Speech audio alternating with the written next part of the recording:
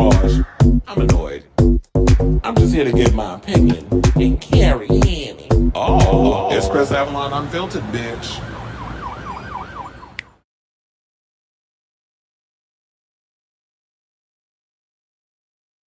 Hey y'all, welcome and happy Wednesday. It's your boy Chris Avalon, and welcome to a brand new episode of Chris Avalon Unfiltered, a show we basically talk about all things going on in pop culture and hot topics. So that's a show for you. Definitely stick around because we got a lot of tea to spill today, including we got to talk about the latest on Anne Burrell's unaliving. Some new stuff came out regarding that. Then we got to talk about this Stephen Colbert, James Talarico drama because apparently, well, we all knew it was going to happen, but it pretty much helped him gain traction over in Texas. So we'll talk about that. Plus, Sherri Shepherd said she's not going down without a fight for her show. Yeah, she's still talking about it, even though it's set in stone. Girl, you are not surviving over there on Fox or whatever channel you want. Um, I have the latest on Bad Bunny's next historical project. He's about to star in a movie with a rapper, iconic rapper within the reggaeton movement, who's going to be directing it, and got an all-star cast, which is crazy. So we'll talk about that. Plus, I have some news regarding Taylor Swift and the Super Bowl, where there's a story going around saying she might be too safe because after everything that happened with Bad Bunny, Jay-Z might be looking to kind of go in more of the direction that we've been seeing with Kendrick Lamar and Bad Bunny and that sort of thing. So we'll break that down. Plus, we got to talk about this Dirty Rotten Scandals show that's about to come out next month. They're also doing a series around what happened behind the scenes of the dark side of America's Next Top Model. And Janice Dickinson is doing an interview. We talked about this yesterday, but I got the trailer. I also have the report from E, where the judges from the show, Nigel and the Jays, basically talking, giving their reaction and talking about the show and all that other stuff, the docu-series that came out over on Netflix. Also, Whitney, who was on America's Next Top Model, I think she was the plus size girl that won. She spoke out about it as well. So we'll get into all of that. Plus, Brandi Glanville is finally revealing what caused her facial parasite paralysis situation where she was looking a mess. Remember that picture I showed y'all with her and Jill Zarin? Y'all was like, Harper, who that lady? That was Brandi looking a mess, but she said what it was, and I gagged. That's why I was like, don't put no plastic shit up in your body and don't check on it because then y'all too could probably get a little paralysis situation going on. Plus, we got to talk about Fantasia and her father are beefing on social media, which is kind of sad. Another beef going on is the mother of Stephen Twitch Boss, who basically is spilling tea about what's going on with her and Allison and the fact that she hasn't seen her grandchildren, but Allison over here flaunting her new engagement all over social media. So we'll get into that. Plus, Stefon's trying to pull an offset. Oh, sorry, off cheat, and is trying to find ways to win Cardi back with lavish gifts and all kinds of crazy stuff, including a $26,000 Rolex. Ray J out here being a damn stunt queen as usual. I knew with all the blood coming out his eyes and the little thing on his chest to try to hype up the fact that he got 20% heartbeat or whatever the mess he was saying. But now he out here pulling stunts, and a photographer is basically spilling all his business. So we'll get into that. Plus, we may have a reason why Anderson Cooper quit CBS. They saying he fired, but he's saying he quit. But we'll talk about it. And plus, Karamo Brown is spilling tea over on his Instagram saying that he was forcing connections with people amid this whole Queer Eye fallout. So we have all that and a whole lot more. So before we get to those topics, if you are new to the channel, hit that subscribe button. Also, please hit that like button, smash the notification bell so that way you know when we go live with a brand new episode of Chris Avalon Unfiltered. It definitely helps with the algorithm. Also, I'm pushing the show out there for more eyes to get on it. And also, if you are interested in becoming a member, we have memberships on the channel as well. So let me hit that little ditty. He says, starting my gym session now. How about, I'll be going early in the day.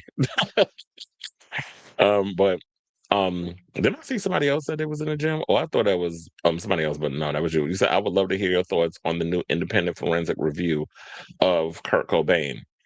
I didn't even know about it. That's you bringing me some new news. I didn't hear anything about a independent forensic review. Oh, you talking about that they said that he was unalived and he didn't actually take his own life?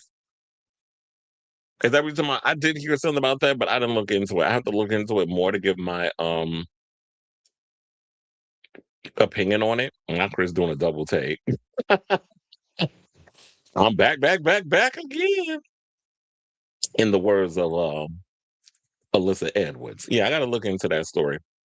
No, you're basically agreeing with me. Okay, but yeah, I got to look into it because if I believe that he was unalive. I mean, then that brings the theory that people gonna say because people still blame Courtney Love for his death and all that stuff. So, uh, yeah, I got to definitely look into that more before I can give my opinion on that. But in the meantime, without further ado, leave my banner and let's get into our first topic.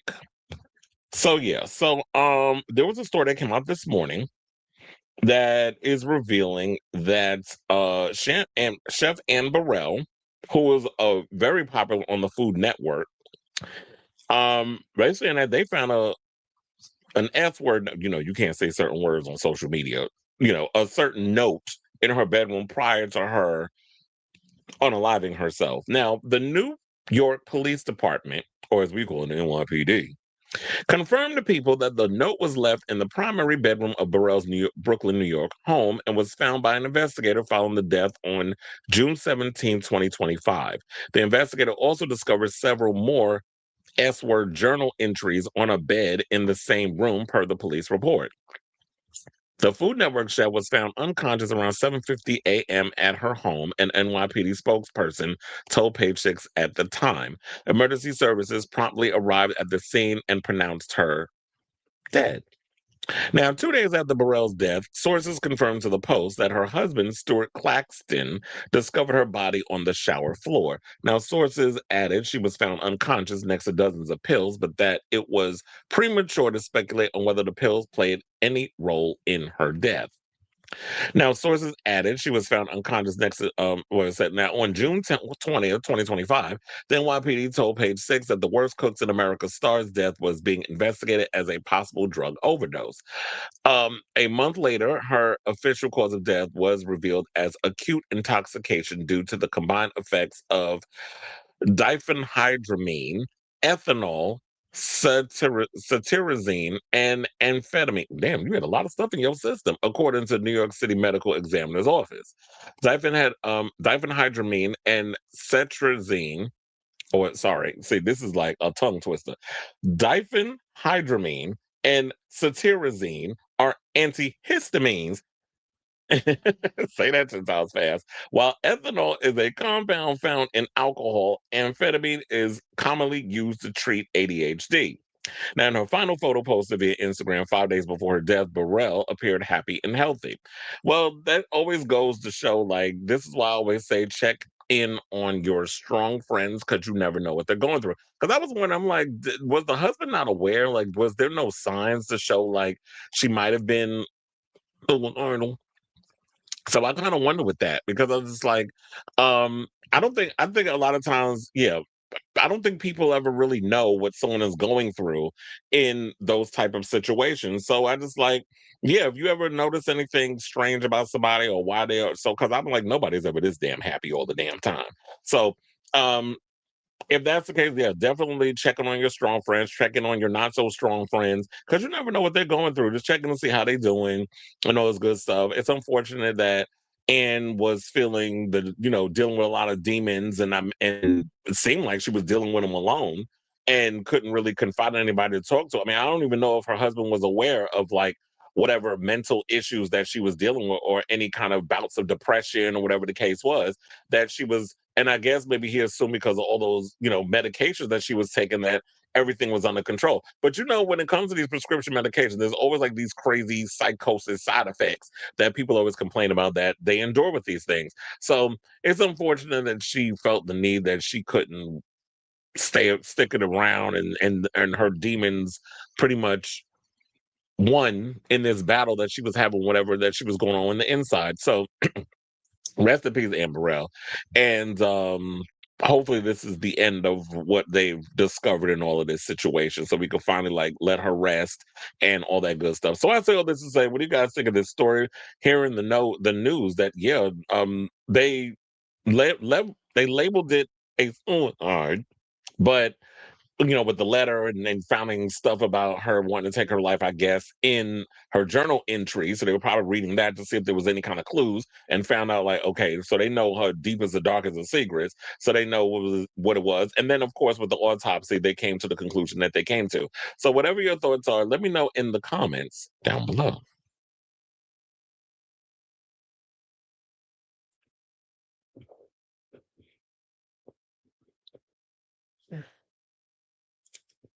Average dad says, hi, hello. I don't know why there seems to be a delay in the screen.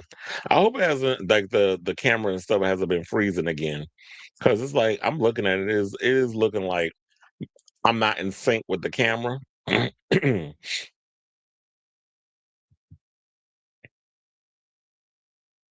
Well, they'll be all right. We don't care what they think. It's like, look, you can't stop the inevitable. Y'all can sit and spoil things, you can do whatever. But this movie is gonna make the money, it's gonna make people love the franchise and just whatever, stay mad. I just hate when people think, like, because they're mad, they want the world to feel how they feel and they think that they can control narratives. And it's like you can't. It is what it is. I mean, you can contribute by not going to see the movie, but you can't stop other people from wanting to see the movie. Now, speaking of people who can't be stopped, let's talk about James Talarico because apparently, thanks to Trump's, always asserting himself in everybody's things. Now you've drawn more attention to James Talarico than you intended. So whenever, and I've always said this, whenever you tell people not to do something, whenever you tell people don't look over there, don't go and watch this interview, when you start to put all these things on there, people are going to seek it out. It's like CBS, they got a lot of slow asses over there. They didn't learn their lesson when they try to, when they chop that 60 Minutes story. I mean, regarding, the concentration camps and all that other stuff that was going on. We all sorted out because they removed it because you got incompetent ass Barry Weiss up in there. That dumb bull dagger don't know what the hell she doing, just ruining CBS News. And we'll get into the story later regarding another homosexual that works there, Anderson Cooper, dropping, leaving 60 Minutes as a correspondent because according to Rob Shutter, that's not what really happened. But we'll get into that later on in the show. Um, so yeah, so when they try to do it with that, people sorted out. People wound up seeing bootleg versions over on some Canadian dude wound up screen recording it and posted online, and people was able to see it. Finally, they finally ended up releasing it, I think, about a week later, but by that time we already saw it. So whenever you tell people not to do something, especially in the United States of America, people will find a way to see something that you tell them not to see. Hence this whole situation. And then the MCC did say that that Stephen Colbert is not being truthful. We did not pretty much deny the interview from happening. But I'm like, really? Because if you're trying to say that y'all were not trying to prevent this interview from coming on from him from interviewing James Talarico, then why is the FCC investigating The View? Because they interviewed him, I believe, a week prior to Stephen Colbert doing his interview, and now you're launching an investigation into The View. I'm like, really? So what is so dangerous about James Talarico? Is it the fact that he's this evangel? Well, I don't know if he's an evangelical, but he's a staunch Christian, and he's been out here preaching what real Christians should be preaching, which is love thy neighbor, that if you see someone in peril, that you actually help them instead of scoffing your nose at them and acting like you better than them, which is what a lot of these actual Christians be out here doing. So he's been preaching the actual word instead of falling into the path of the grifters and the scam artists who've been running around here with their bullshit. So I think that's what's bothering them. Also, I was hearing something, and we'll get into that in a moment, where Miss Ian Blakely was over there saying that I don't know why everybody's so busy trying to jump on James Talarico. He gets money from APAC. And then people out here saying Jasmine Crockett get money from APAC too. So it's like, okay, so who's the lesser than two evils? But I'm gonna get into the whole APAC situation between them two in a second. But in the meantime, let's get into the actual article regarding the ratings, which I probably could read in the lower third. But let's get into the whole situation. So, um, Talarico, a Democratic. Wait, why would they put The Democratic twice. A Texas Democratic Senate candidate said he's financially benefited from the Stephen Colbert controversy. The Late Show with Stephen Colbert was blocked on Monday by CBS from broadcasting its interview with Texas State Representative James Talarico, fearing retribution from the FCC. But the FCC won't let me be me on MTV. Remember that line from Eminem? But anyway, so it's a feature of retribution from the FCC. So instead, the conversation was posted on YouTube and other social media platforms, where at last count, the clip had been viewed more than 5.3 million times. Talarico also reviewed on Twitter that his campaign raised 2.5 million in the 24 hours after Colbert revealed he was barred from airing the interview. See, that's why I said, you know, a lot of ways they're gonna stick it to these damn oligarchs and these damn wannabe fascists, and y'all can't do shit right over there. But the best way to stick it to them is just like, you know what, we're gonna go over here. And look, I keep telling y'all, YouTube is the future. Y'all sitting up here trying to cook yourselves to this old guard regarding network television. And network television at this point is trash. People ain't really watching network TV like that anymore. So um I'm not surprised by this at all. The more people gravitated over to YouTube, I guess they thought by removing it from network television, they think they got a lot of old fuddy duddies, like around my parents' age. I mean, they're not real old fuddy duddies. My parents are very agile and they're in their 70s. So I guess he assumed that a lot of people that watch CBS are old and they don't know how to operate the internet. So but they know how to read stories online, and or you know, if they read the Wall Street Journal or the Hollywood Reporter, Variety, all the places that was talking about it, they were like, oh, this is what's going on, so I'm gonna go over there and watch it. And I don't even know if the network news was probably posting stories about it, so they probably heard it from there. So but yeah, so they said that's an astounding number for a video. And I'm also wondering this before I get into the rest of this article. I wonder if that was the reason why we had that little situation over on YouTube yesterday. Because when I was doing my live, people was telling me that, oh, people are locked out of the YouTube channel. They can't watch it on the TV, but I think you could still like occupy it on the phone or whatever the case was. But I don't know. There was a whole tech situation that went on yesterday on YouTube. So I wonder if that of the people watching the Colbert thing had something to do with it, because they haven't told, from what I've heard, I haven't heard anything regarding what may have transpired. So they said that's an astounding number for a video that has been up less than 48 hours and already puts it among the top political interviews that have ever been posted by The Late Show with Stephen Colbert since its launch in 2015. It's also easily the most watched YouTube clip so far this year for The Late Show, and its most watched Colbert clip since one in September, where the host celebrated the return of fellow host Jimmy Kimmel after his own battle with his parent network, ABC, and the FCC. So it goes to show that people are more interested in real people in situations and don't care about these clips regarding, okay, so what new movie Brad Pitt or Tom Cruise or Sydney Sweeney is promoting. They don't care about that no more. I mean, I think like people, like I said, people really want real, authenticity from their personalities. And it seems like because people like Colbert and people like Jimmy Kimmel are on this uphill battle, swimming upstream, you know, with going up against the FCC, who the person running that is cut to the man in the White House, the fascist in chief. So he's doing whatever they tell him to do, and so there's this going back and forth. But I always say like this, Stephen, if I don't know if you care, but maybe you need to come on over to YouTube. I don't know how that show's going to look, but it might work for you to come over to YouTube. You'll probably be able to bring a lot of those fans with you. So it said, as of Wednesday morning, the Talarico interview has been viewed. Wait, why didn't they put the number? They said X.X. What kind of number is that?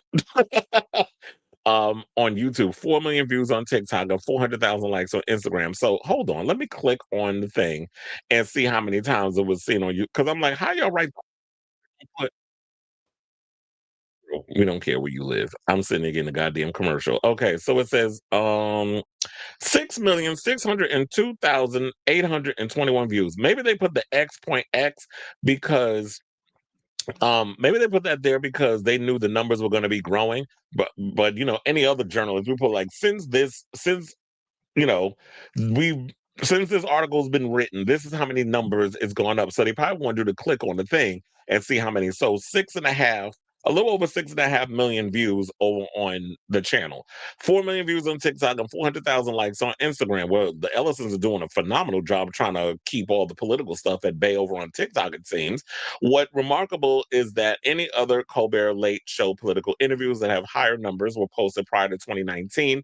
Those clips have had several years of cumulative traffic compared to the mere days of the Talarico clip has had. The Talarico clip racked up those numbers, even though Colbert noted the network would not allow him to share a URL or a QR code directing viewers there. Well, that's fine. I don't need a URL or a QR code. All you got to do is go to my damn channel, The Late Show with Stephen Colbert on YouTube. Look it up. Y'all be so damn lazy. Y'all be wanting people to just find just lay things out for y'all. So they basically said that ironically, many YouTube commenters on the clip noted that they have never heard of Talarico and went, well, if you was listening to problematic ass Matt Rogers, remember that one? We was telling, don't vote for Jasmine Crockett. She's too well defined. Go with I'm interested in this Talarico guy, even though he's from New York and don't live in Texas. But it'd be interesting. Well, we're not even gonna go into that. I'm not gonna hit Matt with the straight, but y'all know where that's when I started hearing about James Talarico. I didn't watch when he was on The View. Because I was just like, I just don't want to. I just felt like it was gonna be a propaganda fest with them. But but they said that he's a mostly unknown politician until CBS blocked Colbert. So they were like, okay, let's see who this guy is, because why is he so dangerous, perceived as so dangerous to this to this regime? I'm sorry, I keep forgetting we don't call them an administration. Administration actually does work for the actual people that put them in office. They don't sit around trying to control everybody and tell them what they can and cannot do, what they can talk about, what they can protest against, and all that stuff. They just want to control all of us while they pillage what's left of this goddamn country and its resources. Now, Colbert's most watched The Late Show political interview of all time is with then candidate Donald Trump, speaking of which, on September 23rd, 2015, which now boasts 17.85 million views. After that is a chat with President Barack Obama on October 18th, 2016, with 14.86 million. And then two with then New Zealand Prime Minister Jacinda Ardern with 9.85 million on September 27th, 2018, and 8.26 million on November 19th, 2019. A March 31st, 2018 interview with former President Jimmy Carter has accumulated 8.14 million views. On April 17th, 2018, talk with then FBI Director James Comey earned 7.25 million views, and a November 13th, 2017 conversation with then former Vice President Joe Biden has attracted 6.51 million views. So, he was saying that the Colbert told the audience that CBS lawyers forbade him from including an interview with Talarico, a Democratic candidate, because of FCC's equal time rule, which requires broadcast networks to provide opposing political candidates equivalent airtime. But here's the thing: is there anybody else running for that seat? So how are you going to sit there and say that there needs to be equal time demands?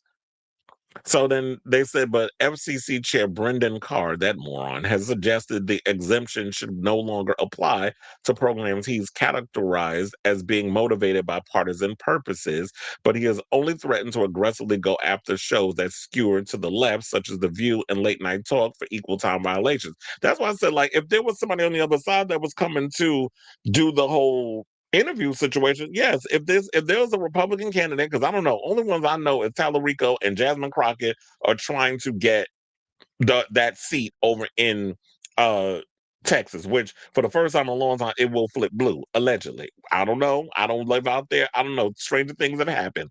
But if there was somebody on the right that was trying to vote, or not vote, was trying to run, then it's like, okay, bring them over here and I'll have them on the show and I'll ask them questions. But it has shown that, yes, if we're going to follow the rules, we need to follow the rules. The problem is when you have this current regime in place, what they're doing is they're particularly going after a specific base, and it looks like it's a sense of bias. If we were playing on an equal playing field, I'm like, great, but this is not the game y'all are playing. And it's obvious. But then when we call it out, then all of a sudden, we're crazy. We don't know what we're looking at. We don't know what we're talking about. We're fucking dumb. It's always this shit, the gaslighting, which pisses me off. I hate when people like Judge Judy always says, "Don't piss on my leg and tell me it's raining." So now it seems like Talarico, because y'all did all this foolishness, he may have a chance of beating Jasmine Crockett, and for the seat. But we'll see once they get around to their debate or whatever the case is. Once that comes around and he's able to come up with what he's going to do for the people of Texas, and she says what she's going to do for the people of Texas. May the best man and may the best woman win. In the words of he never said man, but RuPaul. In the words of RuPaul, may the best woman win. May the best man win. So. Then there was this thing I saw that because James Talarico's doing great, Miss I Am Blakely over there on Instagram had to come in with her little video and pissing everybody's cereal and say that he is not pro-Palestine. He basically has been taking money from Israel. And people was getting on her saying, like, is there someone better than him right now? I agree we need to keep pressure on him, but I think he's still the best option. Another person said Talarico supports a partial embargo, which is why the Israeli lobby is fighting so hard against him. So my thing is, if he's so pro-Israel, then why is it, according to what's written in these comments, why is the Israel lobby fighting so hard against him? Which makes it seem like because the current president is so cucked to Israel and Netanyahu and getting in bed with him and all that other stuff, I don't think Trump would care in so many ways. Or maybe he would. I don't know. But why are they going so hard all of a sudden when putting going after the man that's running the FCC, saying like, okay, well, you need to put pressure on these people and investigate. So if anybody that interviews this guy, now y'all want to apply frivolous investigations. So if he wasn't a threat, we wouldn't be in this situation. But I'm gonna play y'all this clip of what she had to say, because they were sitting there trying to say that Jasmine Crockett is also taking money from Israel, which she actually is denied. But we'll get to that in a second. Now, please hold. I'm gonna need for people to stop giving James Talarico credit where it's not due. Let me set the table a little bit for this video. I don't trust either of them. There is no anti-genocide candidate in this race, but I've seen people really believe that he is anti-genocide, and they're fucking arguing with me about it. I'm sorry, where are you getting that info? Is it because he keeps rehearsing that scripted anecdote about the theologian? Because there's actually no evidence for it. We can argue on which one of them would be better for domestic policy, and sure, we can agree that either of them would be better domestically than that googly-eyed monstrosity, corrupt fucking criminal Ken Paxton. The bar, of course, to clear being better than a Republican on domestic policy is on the fucking floor. But we're not going to pretend that their foreign policy, which foreign policy is also domestic policy, isn't garbage. Because Americans at this point should understand a little bit more about the imperial boomerang and how that shit does come home. Both of them support the genocidal Israeli regime. Let's be clear about that fact and own it. Don't try to run away from it. Don't try to skirt it. Own it. Instead of coping and trying to run cover for them for their positions, you should be owning it, acknowledging it, telling them it's an unacceptable position and pushing them to move. People are giving him a pass. They're trying to I was arguing with someone on Twitter about this last night. They were acting like he was pro-Palestine, like he was against the genocide. Have you listened to any of his interviews? No, the fuck he's not. His position on the Israeli regime is the exact same as Crockett's. And it goes a little something like this bullshit. What's happening to Palestine is so sad. Insert Christian quote about how God said the children of Gaza were yelling at me. Okay, cool story, bro. Let's talk about that funding. Actually, when it comes to them lying about Gaza and their position on Israel, I find his to be more offensive because as a Christian, I really am disgusted by the way that he uses his Christianity to tap dance around the fact that he actually does support this genocidal regime. They both say, oh, we care so much about Palestinian human rights and they should stop the carnage and Netanyahu, while simultaneously defending us, giving them defensive weapons. That's not a thing. They're not defending themselves from anything. They are the occupying power. They're the power wiping the Palestinians out of existence. They're the power crushing them. Therefore, you are not defending yourself from anything. So the defensive weapon thing is just a lie. It's just a Zionist talking point. It is just a pro-genocide talking point that sounds a little bit more flowery and a little nicer than the Republican position. They probably came up with it at fucking J Street or one of the other liberal Zionist think tanks. But in practice, it's the same thing. The position on Israel should be zero funding. Zero funding. None. Nada. Zilch. Because as I've said many times, just not accepting AIPAC money is not enough. The whole point of saying reject AIPAC money is because of the fact that so many of our lawmakers are on the take. They're corrupt as fuck, and they vote based on whoever's giving them money. In this case specifically, if somebody is not taking AIPAC money, but they're still taking money from a different Israeli lobby, AIPAC is only one. We use them because they're the most visible, they're the most insane, they're the most powerful, but there are many Israeli lobbies that give money to political candidates to influence them. So when we say don't take AIPAC money, we mean no Israeli lobby money, none. But also, it is not enough just to say, I don't take their money. If you still are going to vote the same way that a Zionist who takes money from them is going to vote, then you're just doing the genocidal work for free. Not taking money from AIPAC in this campaign. Good. But seeing what's happening in Gaza makes me sick to my stomach as a teacher, as a Christian, as a human being. And our country's role in that slaughter makes me feel complicit in it. You I think are. all Americans should feel that. We are.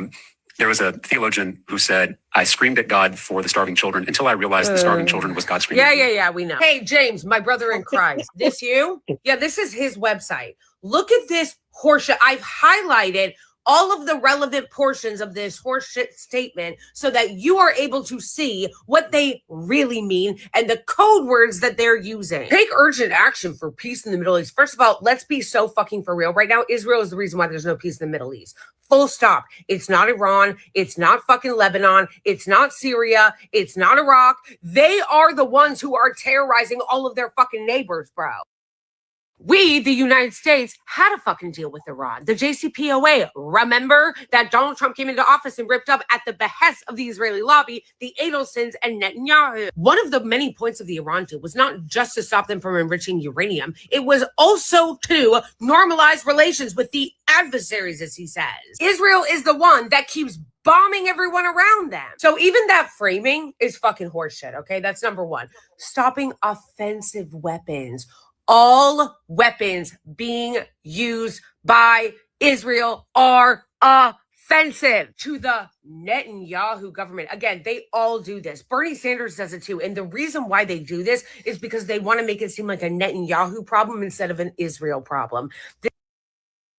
This is not just a Netanyahu problem. Netanyahu very much has the support of all of the Israelis. All of them, even the so-called leftists and liberals within Israeli society, support the genocide and support his decisions around it. You don't see any dissent. You don't see anybody in positions of power in the Israeli regime being like, Netanyahu is out of control and we condemn the settlements and we condemn the genocide in Gaza.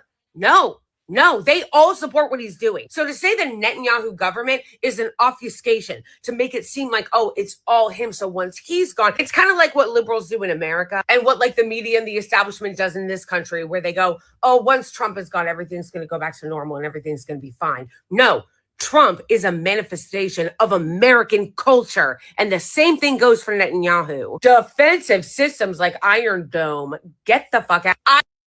No, I don't care how long they've tried to brainwash people into thinking this is something that we should be paying for. Absolutely not. Pay for your own fucking defense. I don't want to support Iron Dome. I don't think it's defensive. If anything, they use Iron Dome as an excuse to terrorize their neighbors, knowing that Iron Dome is there to protect them so people can't fight back against their tyranny. Iron Dome is essentially a shield for them from accountability. Moving on. So it gets a little lengthy. If y'all want to watch the rest, you could definitely go over to her Instagram. That would be I am Blakely. That'd be Blakeley. So last but certainly not least, I want to get to this clip that a friend of mine, Steve Pena, posted over on his Facebook because he posts a lot of political stuff. And it's about Jasmine Crockett basically telling Joy Reid that she is not taking any AIPAC money. So let's play that clip and we'll come back and talk. Please hold again. Progressives really, it's important to them that the candidates they support not take AIPAC money. Are you declining APAC money in this? Yes, this is, I don't even know why we are having a conversation. You know, there used to be that they were like trolling online and they were like, oh, look at this, look at that. And then they were like, okay, well, never mind. And then they were like, oh, well, wait a minute. So she doing it for free. And it's like, actually, you know, I just want people to do this. I want people to be calm. When they feel like they're being gaslit, they probably are. Progressive. All right. So all I'm gonna say about this is it's up to y'all. I don't have a stake in this fight over there in Texas. Not in Texas. So it's up to y'all to decide how y'all gonna vote. I mean, look into both of them, both candidates, their policies. Whoever of you feel swings more for what you agree with and what your values are, whatever case is, you got to vote. I mean, I don't know what to do at this point regarding her always, you know, people wanting to bring up the whole, well, they take money from Israel, blah, blah, blah. Well, is there anybody running that doesn't take money from Israel? So if you can find a candidate that don't, then maybe you can get them to run. I don't know. I don't understand Texas politics. All I want to do is just bring this story in for those who know more about it, can speak on it, and decide to vote and vote whichever way you will. So Jasmine Crockett says she ain't taking APAC money. I don't know if y'all believe her or whatever, but who y'all voting for? Jasmine Crockett or James Talarico? So it's the ball's in y'all court, Texas. Make sure it's a historical one, whatever decision y'all make. So let me know what you guys think of this story and the situation regarding Stephen Colbert. Did you watch the actual interview? I mean, I watched clips on other pundits' pages, like I watched it on the Midas Touch. Also, Kyle Kalinske talked about it. There was a bunch of people that talked about it. The I Had It ladies. So all the other shows that I usually watching where there's progressive Democrats were, you know, in their show, or independents, I was watching their opinions on it and seeing the clips that way. And so, yeah, that's how I watched it. I didn't sit and watch the actual interview, but I got to see enough. So let me know what you guys think of this story in the comments down below.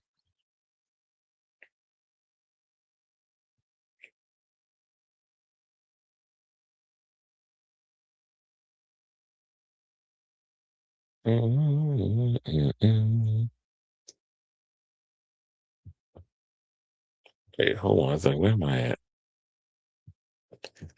Oh, did I read this one? You said they're asking what happened to the boycott. We got what we wanted. It's back to basics. And I love it. Sydney's biggest mistake wasn't telling Tatum the truth. That is perfect Ghostface prey. Well, she probably was trying to put her past behind her. Who knows?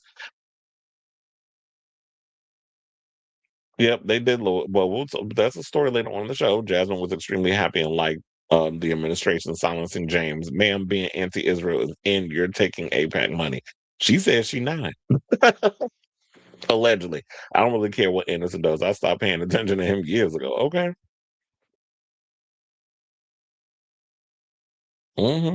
Midterms. Barry Weiss is looking to replace him with. Oh no. I have that story. Thank you for ruining my surprise. But you probably didn't know. You don't know. You didn't know the show notes that I have. But yes, that was one of the stories that I have to go along with the Anderson Cooper story. But we'll talk about it. He's a good man, Savannah. That's what they all afraid of. Shout out to None of Your Business. The estate of Michael Jackson is suing Sexy Red over her raunchy song "Eat It." Basically, it rip beat it. They asked a billion. Now you know she ain't got that damn music. I mean that music, that money. Well, if that's a way to get Sexy Red to stop making music, then job well done, Jackson Estate. They said I watched the video right before you went live about Michael Jackson Bible album. Interesting, good thing it never officially got released. I didn't know he was doing a Bible album. Yeah, they would have been like, oh hell no, what is that? Who is James? Not James. Jane is a woman. You said, who is James Talarico? I thought I just told you who he was. I have an uncle who lives in Houston with his family, but knowing them, they'll most likely lean towards Talarico. And watch was like, oh, y'all don't want to vote for them. I was like, we're not doing that identity politics bullshit. I say vote for whoever is the best candidate. Don't be up in here with that, oh, y'all still don't want to see a black woman in power. I mean, trust and believe, our history has shown that, yes, that is true in that situation, but I feel like hopefully people, or maybe I'm just naive, hopefully people are looking at it as just like, you know, who is the best candidate, and y'all not voting because, oh, y'all want the same old, which would be, it'd be easier. He's easy on the eyes, a white guy, something we relate to. So we're gonna vote that without checking the policies. I would think people would do the research, but I guess sometimes I just be misconstruing and I put a little too much faith in a lot of people and think they're gonna think like I do. So I'm admittedly not the biggest fan of Jasmine either. Not because of her policies, but because of the unnecessary dig she threw at Stormy Daniels at the dance. Wait, she did what? I would have been throwing tomatoes. I didn't know she threw shade at Stormy. First of all, why are you coming for Stormy Daniels? She the one that started spilling tea about Donald Trump. We would think that you would actually be for that.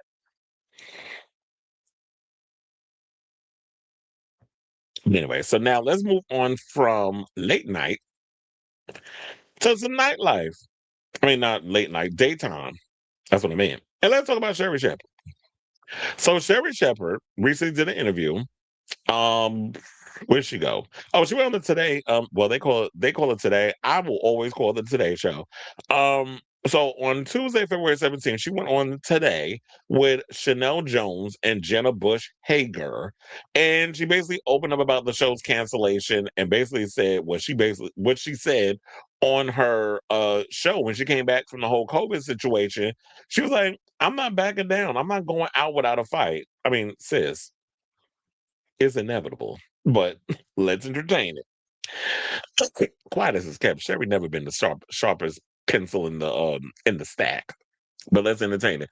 Let me tell you something. I'm from the Shepherds of Chicago. Okay, so who you supposed to be? I'm from Chicago. Remember her? You're not giving. I mean, I was gonna say you might be shaped like Mystique, but then again, I can't throw shade at Mystique because Mystique lost a lot of weight. She's skinny now. So they said we don't go down without a fight, not at all. So I'm really, really trying to keep this going. And you haven't seen the last of Sherri, she told Jones and Hager. On Monday, February 2nd, it was announced, as y'all know, that after 4 seasons, Sherri, the syndicated Fox daytime series Shepherd launched in September of 2022, will be coming to an end. The show quickly became a fan favorite, known for its candid celebrity interviews and Shepherd's signature humor and heart, saying, quote, "The love has been overwhelming," she said, with the outpouring of support since the news broke. "I've had famous people call me. So many people have called and written to tell me how much an impact the show made, and I'm thankful that I got to live a dream for 4 years. How many people can say they got to live a dream with great ratings? Where you got to have a platform that made a difference." After receiving the news, she told her staff and crew, "The only thing that mandate is we got to give people joy through laughter. That's it.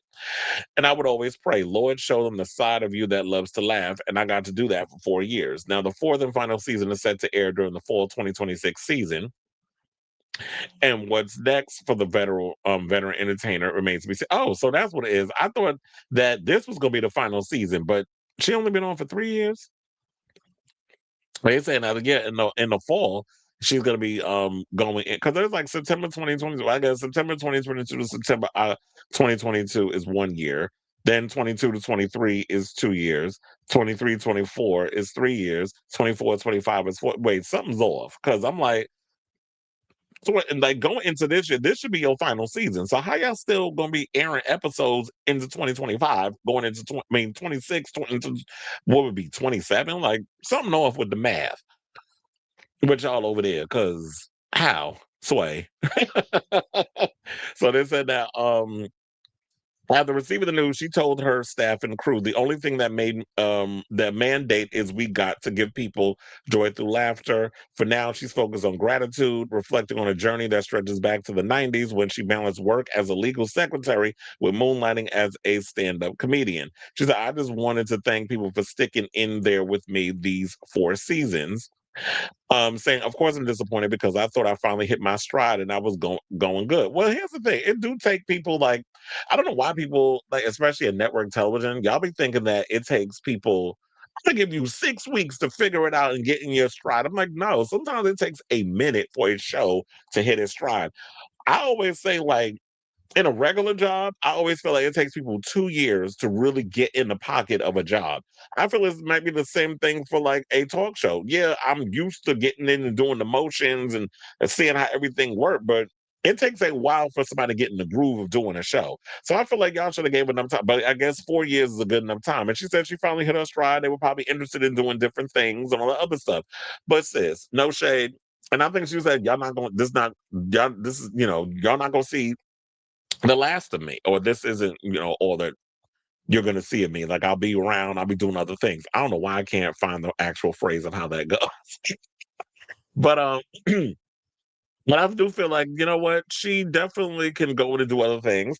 She could be a game show host like Steve Harvey. She could do another sitcom on television. But then the way y'all do sitcom these days, it ain't really hitting no more. Like the whole sitcom style is dying. I don't know, with like the laugh track, like King of Queens and that type of show, that doesn't really kind of get the juices going anymore. I think maybe it's those unscripted, like the Abbott Elementaries. I could definitely see her doing a show like that as a school teacher, or probably playing Quinta Brunson's sister on that show. That would be a good idea if they wanted to come up with that.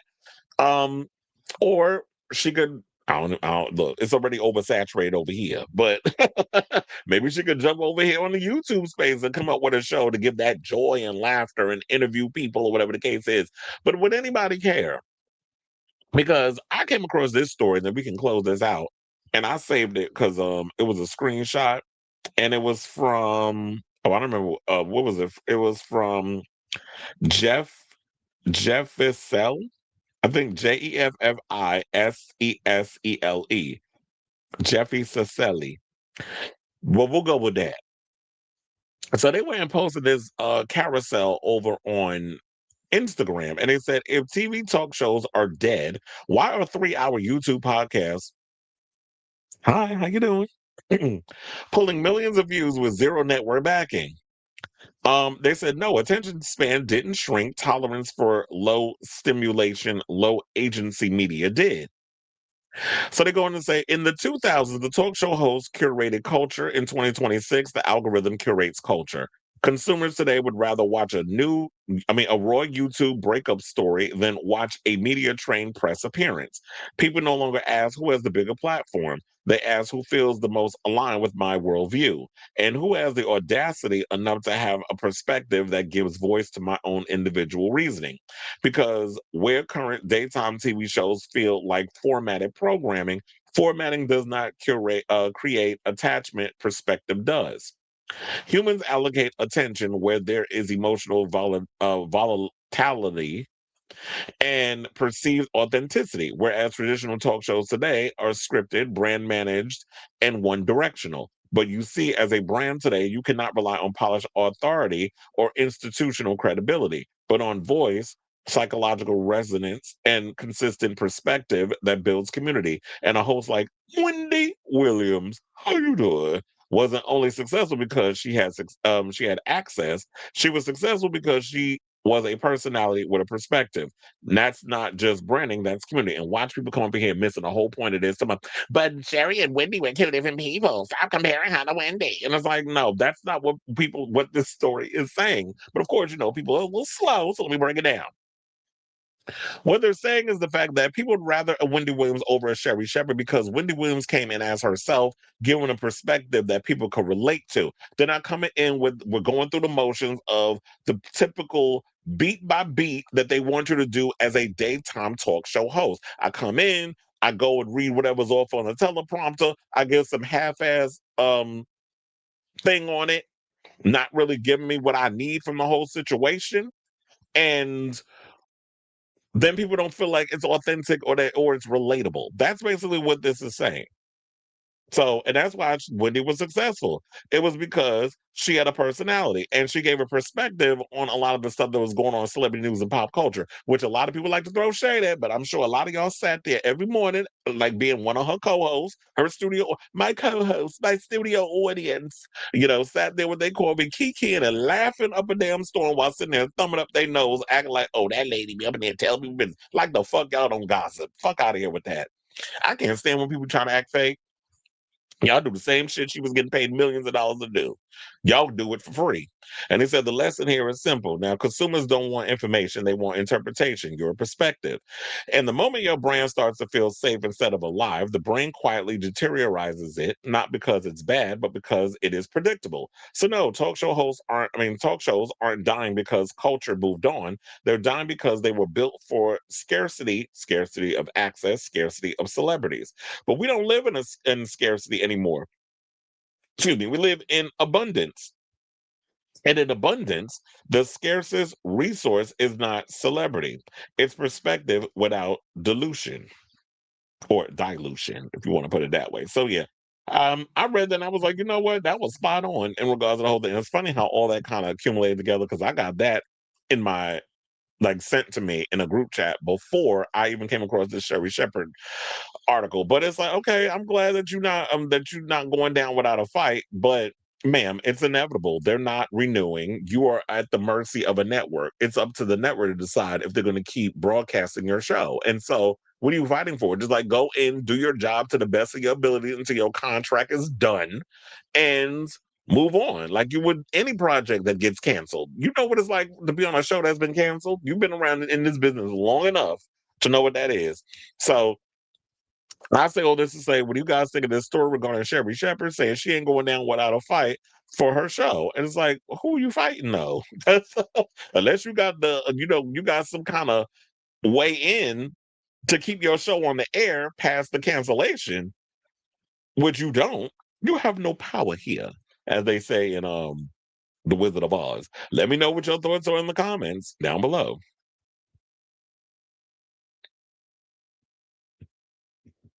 Some of y'all might feel that was a little shady or a little harsh, but y'all don't come here for a weak ass perspective. You come for a real perspective. And I just gave it to you. Anyway, hold on. Let me see what the people are saying. I've been seeing commercials of a guy named Byron Daniels, a black man.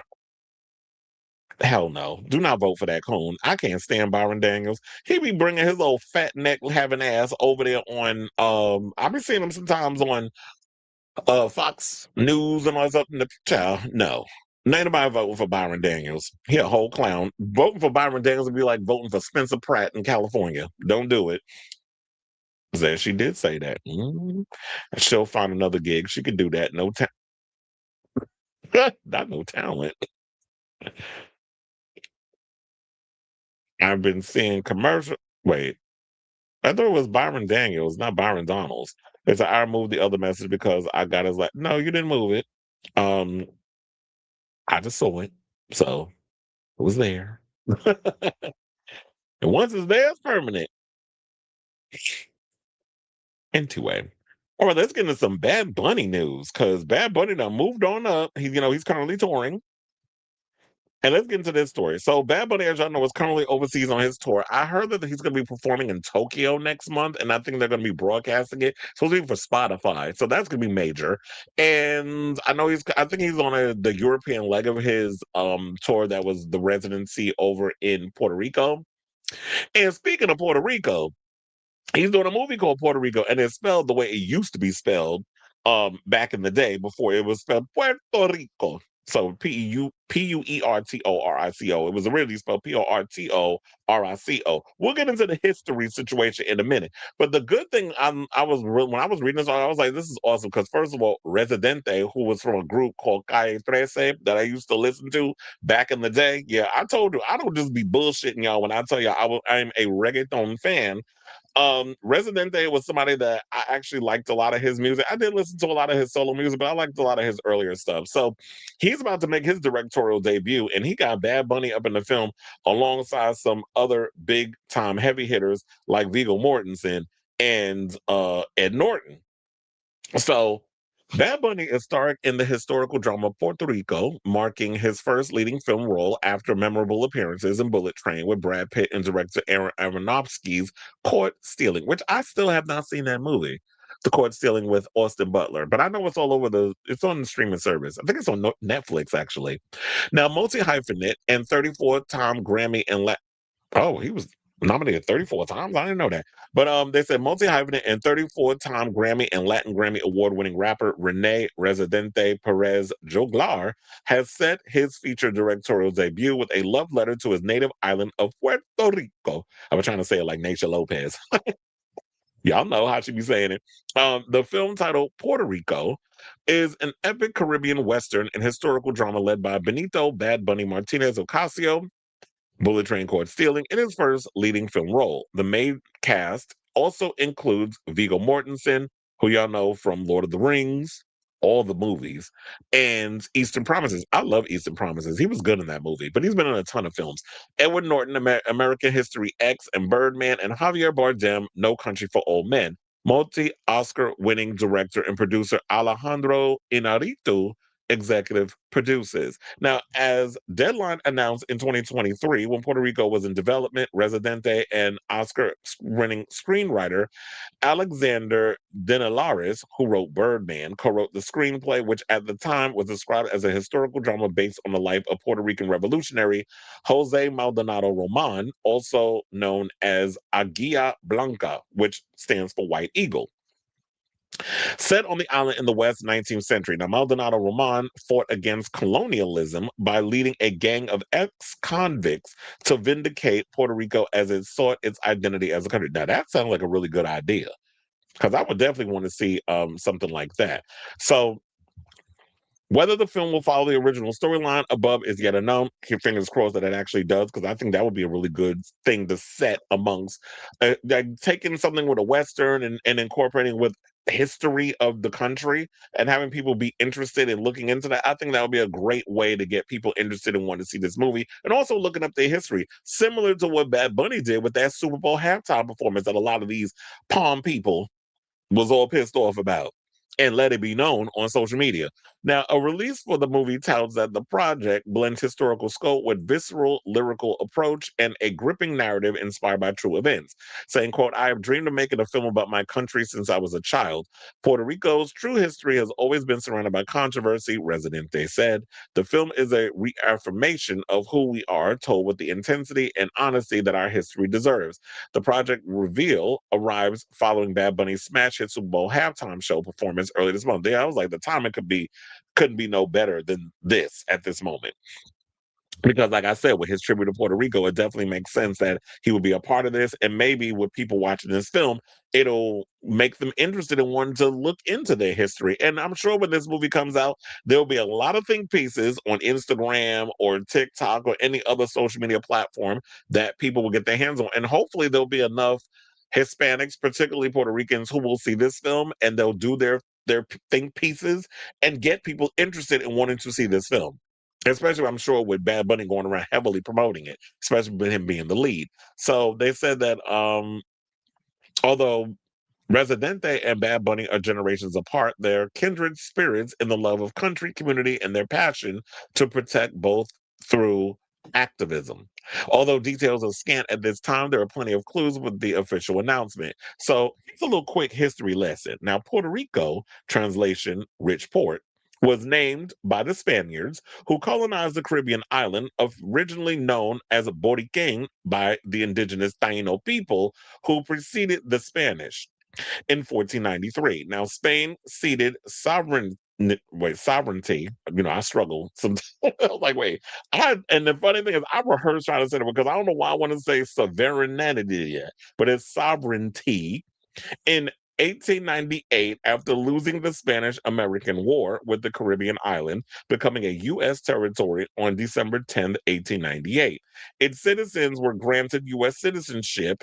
Hello, let me say that again, because a lot of y'all like running off and saying that they're not American citizens.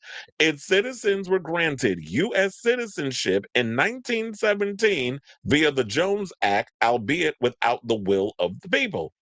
Under U.S. rule, Puerto Rico was known as Porto Rico, which is the spelling for the movie, Portorico, an angelicized spelling of the island's name. From 1900 to 1932, when Congress passed an act officially reverting its name to the Spanish spelling. Bardem, a native of Spain, and American actors Norton and Mortensen are playing roles connected to the respective origin countries. It's worth noting that Norton and Mortensen, the latter of whom spent many years living in Argentina, are fluent in Spanish. Well, this will be interesting because I did not know that Edward Norton and Viggo Mortensen speak Spanish. So therefore, with them being in the movie, it will probably be an all Spanish film, and they'll be speaking it. Now, child, if y'all put Ben Affleck up in there, that'd be the whole situation. Because quiet as it's kept, Ben Affleck spoke better Spanish than Jennifer Lopez. So they said that the film sits in a tradition of films we deeply love, from The Godfather to Gangs of New York. And I love Gangs of New York. It's a long-ass movie, but I do love that film. And The Godfather, iconic. I also love Casino, but I do love gangster movies. But anyway, and Scarface. I'm not going to start naming all the gangster movies. Okay, it said that both thrillers with visceral drama and iconic characters and eras, while also forcing us to face up to the shadow story under the American narrative of idealism, Norton said. Everybody knows what a poet of language and rhythm Renee is. Now they're going to see what a visual visionary he is as well. And bringing him and Bad Bunny together to tell the true story of Puerto Rico's roots is is going to be like a flame finding the stick of dynamite that's been waiting for it. Residente and Eric Duat produced the film, blah blah blah, and so forth. And they also said that it's going to be it's through a multi-year joint venture of Sony Music Latin Iberia and Sony Music Vision. So yeah, so as I was saying before, this sounds like a really good idea. This is definitely a movie I'm going to want to check out, and I'm looking forward to y'all when y'all put it together. So shout out to everybody that's in this film. Another win for Benito, and I love that we have other people within the world of music that's getting their filmmaking situation on, and he's about to make a dream come true. Now I just hope and pray the movie is good. So I say all this to say, what do you guys think of this story? Is this a film that you are interested in checking out? There's another win for the Puerto Rican community. Shout out to y'all. Y'all definitely, the Hispanics definitely need we need more representation of people of color in general, but particularly Latinos, Asians, blacks, but particularly Latinos. Like, we need more of that representation. And since they're becoming more they're starting to surpass white folks, which is really what's pissing them off. It's good. It would be good to see like more of that representation and more of those movies getting off the ground and actually getting made. So let me know what you guys think of this story in the comments down below.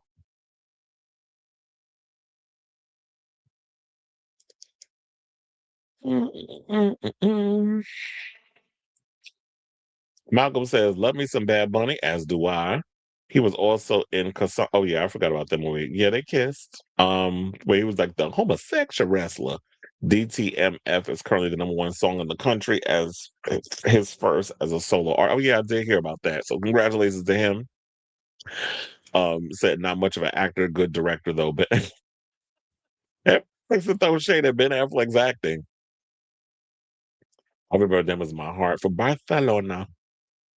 Viggo was hot. Yeah, that's like where my family is actually from Madrid. So yes, I'm like I'm a white Latino.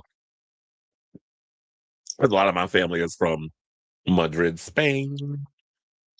That's what they would consider it. Like, oh, you white Latino because you're from Spain. They look at them as like more European.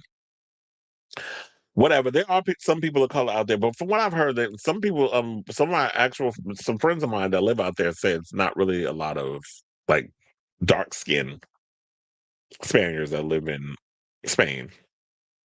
Yes, baby, based on the area he lives. Yes, Vigo is. What was the movie that he was butt naked and fighting? Was that Eastern Promises? Eastern Promises, Promises. I'm getting a little tired of your broken promises, Promises. Let me leave Keely alone. Unfortunately, she get that little stray. But anyway, let's move on to our next topic. And let's talk about Taylor Swift, because apparently we were talking about the Super Bowl, speaking of which.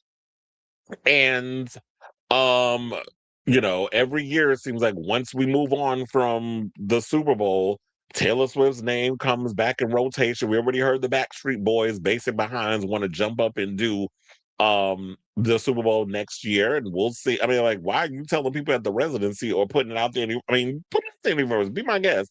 But I'm like, why don't you hit up Jay-Z or have your people hit up Jay-Z and see where he's going with that? But according to this report from Rob Shutter, he's saying that Jay-Z, since the success of the Bad Bunny performance at Super Bowl halftime, regardless of how y'all feel about it, any publicity is good publicity in the eyes of people that work in the industry. They're saying that Taylor Swift might be a little too safe, and they're looking to keep going in the direction of like Bad Bunny, where it's like it's about the cultural impact with whoever comes up there and performs. So Swift's name is already circulating for a future Super Bowl halftime show, but after Bad Bunny's huge ratings, insiders say Jay-Z is thinking bigger, louder, and riskier. Sources tell Naughty But Nice that Jay, who oversees halftime entertainment through Rock Nation, feels fully vindicated after backing a performance some initially doubted. They're saying there were nerves, one insider admits, but Jay trusted the vision, and the numbers shut everyone up. Now the success has shifted the strategy. He feels empowered, a music industry source says. He doesn't want safe, he wants culture defining. While Swift remains one of the most bankable stars of the world, some insiders say she represents the guaranteed option. Taylor equals ratings, but Jay isn't chasing guaranteed anymore, he's chasing impact. There's also a timing issue. Sources close to Swift say she would not headline while Travis Kelce is still playing in the league. She won't perform, quote, she won't perform and cheer him on in the same season. If she does, it'll be after he retires. But then again, that didn't stop Cardi B when it came to her and Stefon. But then again, around the time of the Super Bowl when she was there, her and Stefon wasn't on the best of terms. They were kind of sort of already broken up, but it just kind of came out once they stopped unfollowing each other, and it's a whole mess. We got that story coming up. Speaking of which, it's funny how there's things that we have later on in the story that's coming up in this current story. Excuse me. But yeah, so but they said for Jay, a halftime stage is bigger than a concert. He sees it as a cultural megaphone and he wants to push it further. Well, the way that it has become these days, especially when we had that whole thing with Colin Kaepernick and the NFL and how he was blacklisted because he was standing up for Black lives and that whole thing, that became a political moment. But that was him using his American right to stand up against, the injustices of people of color. If Jay-Z is going to now use the platform of the Super Bowl halftime special to bring awareness to things, then good on him. But my thing is this. I feel bad now if this story turns out to be true from Rob Shutter. What worries me is the fact that, because this is what I was thinking prior when we were talking about the whole Backstreet Boys thing, there's overall pressure now that artists have to put themselves under. How do I one up Kendrick? Which is what I don't think Bad Bunny was thinking. It just so happens that a lot of what was going on culturally with his people and the way that this current regime is treating Hispanic people, it kind of all aligned with what he was doing. So that was like a lightning in a bottle, zeitgeist type situation. But the next person, if this story turns out to be true, that he's looking for people with cultural impact or whatever the case is, who would be the one that we want? Because a lot of these artists these days, y'all be playing it too safe. Nobody wants to really come out and say anything. So it's going to be hard for artists to get up there and really push the buttons or be provocative, whatever the case is. Now, I will say this. Madonna is coming out with a new album this year. So if y'all need her to get up there to do a little something controversial, that she may have to one up her previous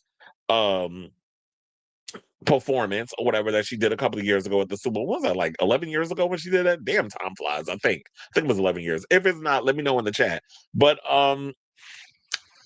if this turns out to be true, the only person I can think of that really would be the cultural impact type that would push the buttons or have something culturally interesting or relevant to say would be a Madonna.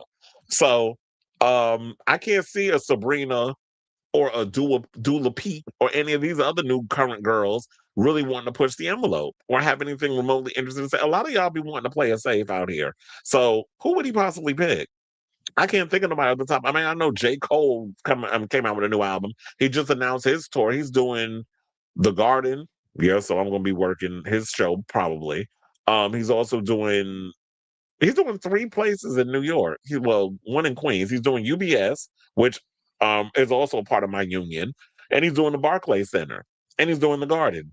So I don't know, maybe J. Cole, because you had Kendrick one year, you had Bad Bunny this year, so you want to pick J. Cole next year?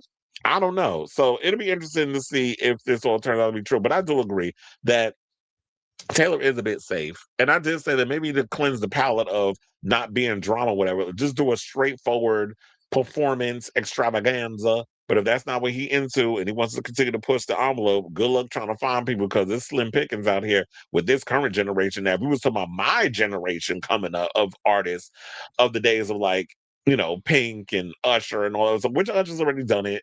I would like to see Pink do it, but she won't do it. I don't know. Maybe she's reconsidered and changed her mind. We'll have to see. So yeah, I say all this to say, what do you guys think of this story? Do y'all think that this story might be true? That it's like, okay, Taylor Swift might be too safe because Jay-Z is now on this high, like with the success of Kendrick Lamar, and then the next year, Bad Bunny. It's like he's feeling like I'm on the right track. This is what people want to see, and even the people that were hating was secretly watching and bitching and complaining. So, well, I guess maybe as long as we're in this current regime, he might be wanting to still find artists that are willing to push the button. And then maybe when all is well and things aren't as hectic, then he'll go and like, okay, we'll just do like the regular schmegular, get a girl up there in a little cat suit and with the Beyonce fan on where you got like 50 dancers behind you and a lot of pyro. So let me know what you guys think of this story in the comments down below.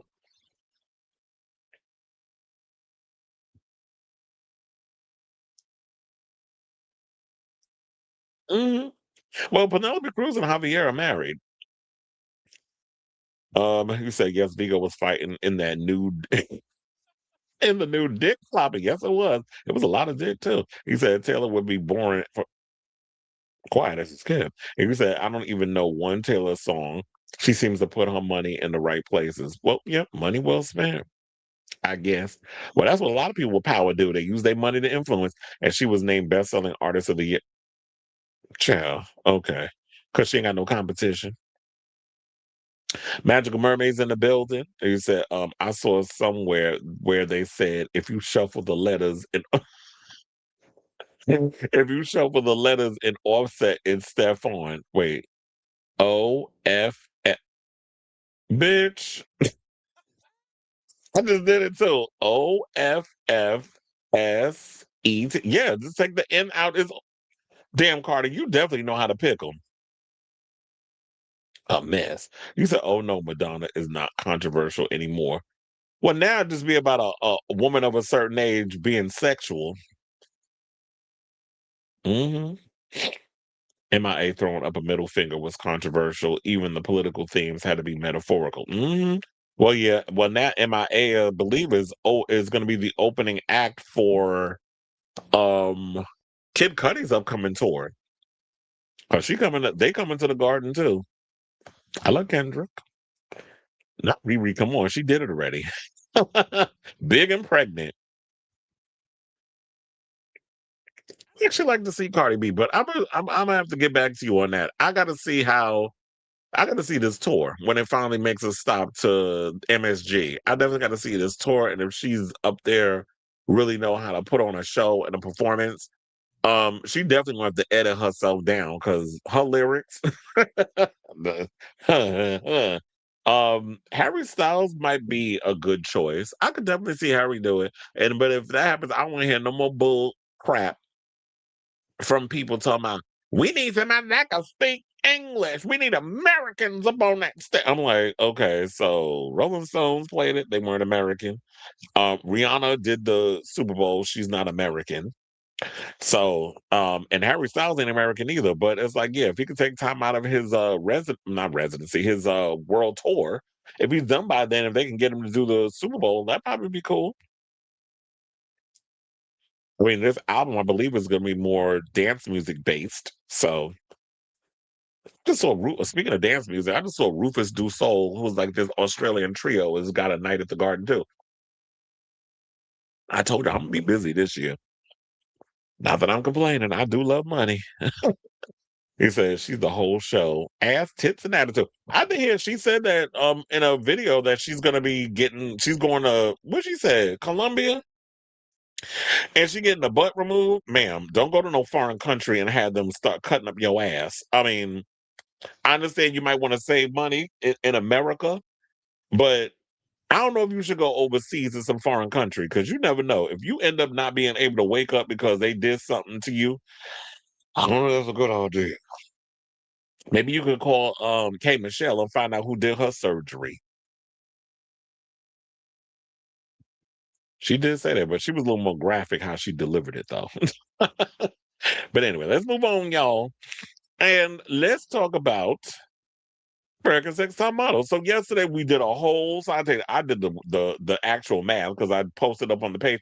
Child, I talked for a whole hour about all of that stuff that went down in regards to the whole top model, breaking it down with it. Look, it was at least 2 hours shorter than what y'all got over there on Netflix. But nevertheless, I gave y'all pretty much all the highlights of in long form, because I had to break it on down, of what you could get from what we took from the whole Netflix docuseries. Well, there's going to be another channel, I almost said E News, but regular E is doing this show called Dirty Rotten Scandals, which in my opinion is way better than the title that they gave it on Netflix. Dirty Rotten Scandals, so they're going into not only the top model, but they're going into other shows as well. And I was like, you know what? I'm here for it. So hold on, because I forgot to close one of the other things. Okay, so Dirty Rotten Scandals, a new explosive docuseries, will share glimpses into the underbelly of Dr. Phil, America's Next Top Model, and The Price is Right, from allegations of exploitation and discrimination to sexual harassment lawsuits. Former guests and crew detailed their experiences on the beloved shows. Now, premiering March 4th at 9 p.m., the doc will follow guests and employees from the Dr. Phil show who allege coercive production tactics and corruption behind the scenes. Well, I'm not surprised y'all going after Dr. Phil, because look who he's affiliated with. And you know what? And that's why I always said I've always said that off the top of my head, because I'm sure there's probably more. Two people I'm mad at Oprah for giving a platform. And they all doctors. Phil and Oz. I'm mad at her over that mess. But I'm sure she didn't realize at the time the monster she created with those two.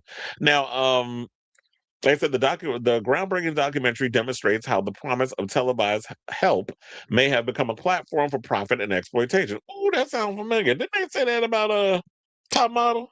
The January 29th press release explains, revealing the dark side of America's self-help industry and the real human cost of entertainment masquerading as therapy. So they said on March 11th at 9 p.m., strut into the wicked world of America's Next Top Model with 2 back-to-back episodes of Dirty Rotten Scandal, featuring former judge Janice Dickinson and season 17 winner Lisa D'Amato. 2 people who I thought should have been included in that other interview on Netflix, but now y'all know why you haven't heard from Janice Dickinson. But we do have the video of the YouTube trailer. We gonna play it. Look, if I have to remove it due to demonetization, which I had to do yesterday from that Fifi Dobson clip, I had to literally remove that. But anyway, we'll play it.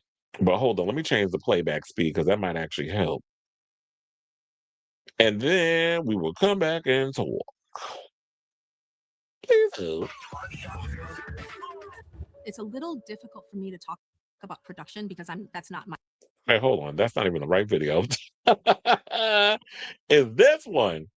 Because we got to play that clip. That's the one for Entertainment Tonight that we're gonna play, where the Jays and what's his name, Nigel Barker, basically gave an insight into post when they filmed that, because they filmed that thing over a year ago. But here's the actual show. I played the wrong clip, but anyway, hold on. And I gotta say, I gotta change the audio on this one, and then we'll come back and talk. You're ready to hear some this March. The Dr. Phil show, who is bringing on vulnerable people and exploiting them. I want people to understand that this is harmful. America's Next Top Model really tortured these girls. For Tyra Banks' ego. Tyra had the ability to make or break you. The Price is Right was a place that was very much about retaliation.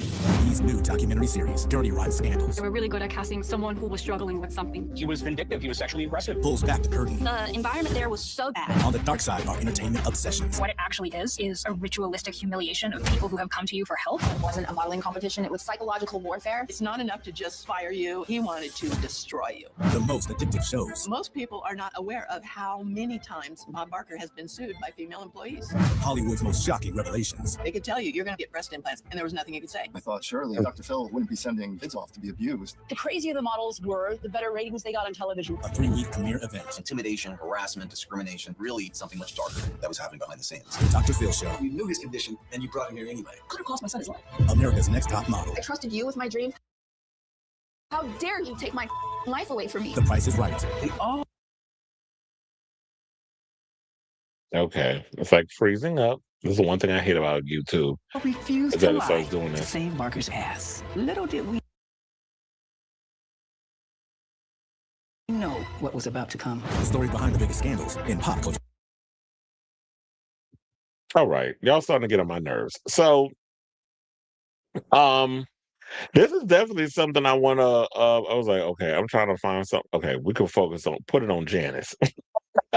So, I actually have to say, I'm looking forward to checking this out when it comes out next month. I think you can watch E-based programming on Peacock. So I'll probably be able to watch it there because I remember before it was hard to try to watch a lot of E-based programming on, any of the streaming platforms, but I definitely think that they have it over there. So that wasn't the only, and then they had Claudia Jordan up in there. I don't know if y'all saw that in the in the clip or whatever. But yeah, so Claudia Jordan was actually on The Price is Right. I totally forgot that she was on there because I remember her from Deal and No Deal, and we know her from The Housewives. And then she did the show with Funky Dineva and How You Doing. What was that show called? TGIF. Yeah, so she did that or whatever. And then I didn't know this, she apparently sued the Price is Right producer, Phil Wayne Rossi, for sexual harassment and Barker for creating a hostile work environment and wrongful termination. She also will be sharing her experience when she was on the show from 2000 to 2003. And they said that neither Barker nor Rossi responded to the allegation. Wait, Bob Barker still alive? That man looked like he was already 100 when he was on the show. So, but that was like 20 something. That ain't no way that man could be alive. But she said, as she put it, The Price is Right was very much a place about retaliation. But I know some people are gonna find it hard to believe Lisa D'Amato because they were like, wait a minute, sis. Now, how are we supposed to sit up in here and believe that your life was a wreck and that you was going through some things when, sis, you participated not once but twice on the show. And the second time you went on the show was when you won.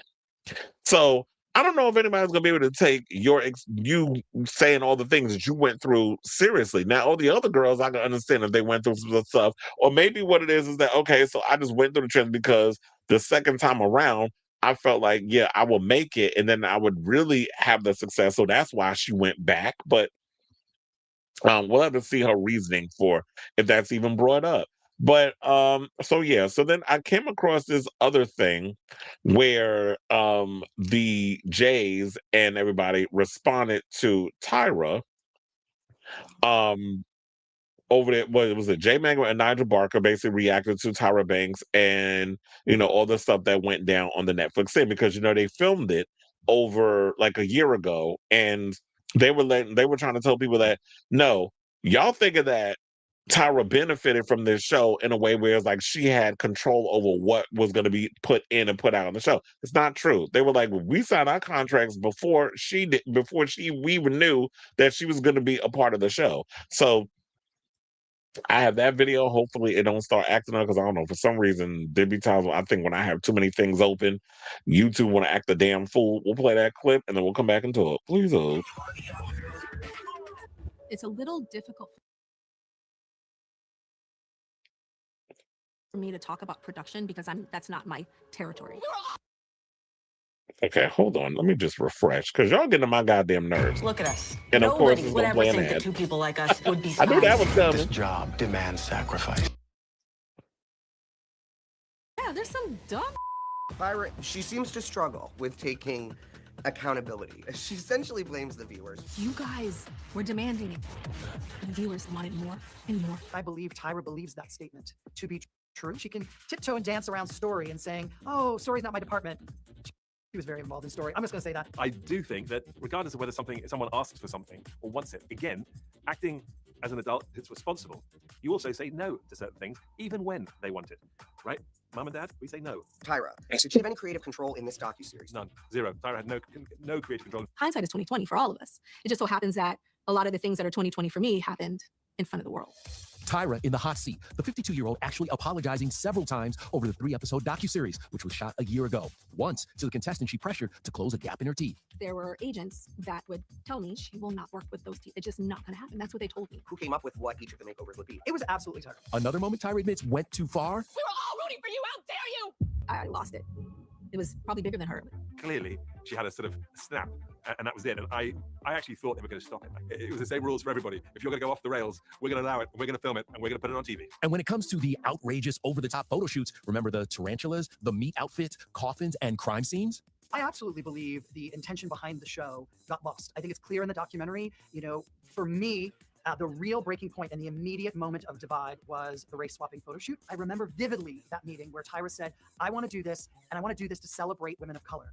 And I'm sitting there thinking, okay, and I'll be honest with you in that moment, because people ask me all the time, why didn't you say something? Well, I was here to support her. This was her show. She had this reason that made no sense to me. How are you going to support and, you know, and uplift women of color by painting white women black? Tyra swore to me I would not wear this. She goes, Jay, I would never do this to you. I'll say this, if she really wanted to protect me, she would have stood next to me and delivered that creative. The clip that has followed me to this day is me standing alone on camera, Chiron, photo shoot creative director, and people knew I was producing as well.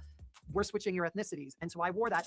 I didn't think it was controversial, but then we put it out there and the world was like, are you crazy? Have you lost your mind? Tyra did pride herself on coming up with the creative on the photo shoots, you know, perhaps sometimes with various other members of the team. Looking at the show now through the 2020 lens, it's an issue, and I understand 100% why. I've never experienced a more difficult work environment, a more toxic work environment than that show. It wasn't right then, and now we're seeing it isn't right now. Look back with hindsight, it's certainly easier to judge and be critical. That being said, were there things that perhaps, you know, she got carried away or the production got carried away? I would say yes. That is the only way you change. That is the only way you get better, is by somebody calling you out on your Where Tyra stayed quiet, season 2 contestant Shandy Sullivan alleges she was sexually assaulted after a night of drinking while cameras were rolling. I was blacked out. No one did anything to stop it. And it all got filmed, all of it. It's a little difficult for me to talk about production because that's not my territory. First of all, she struggles to remember.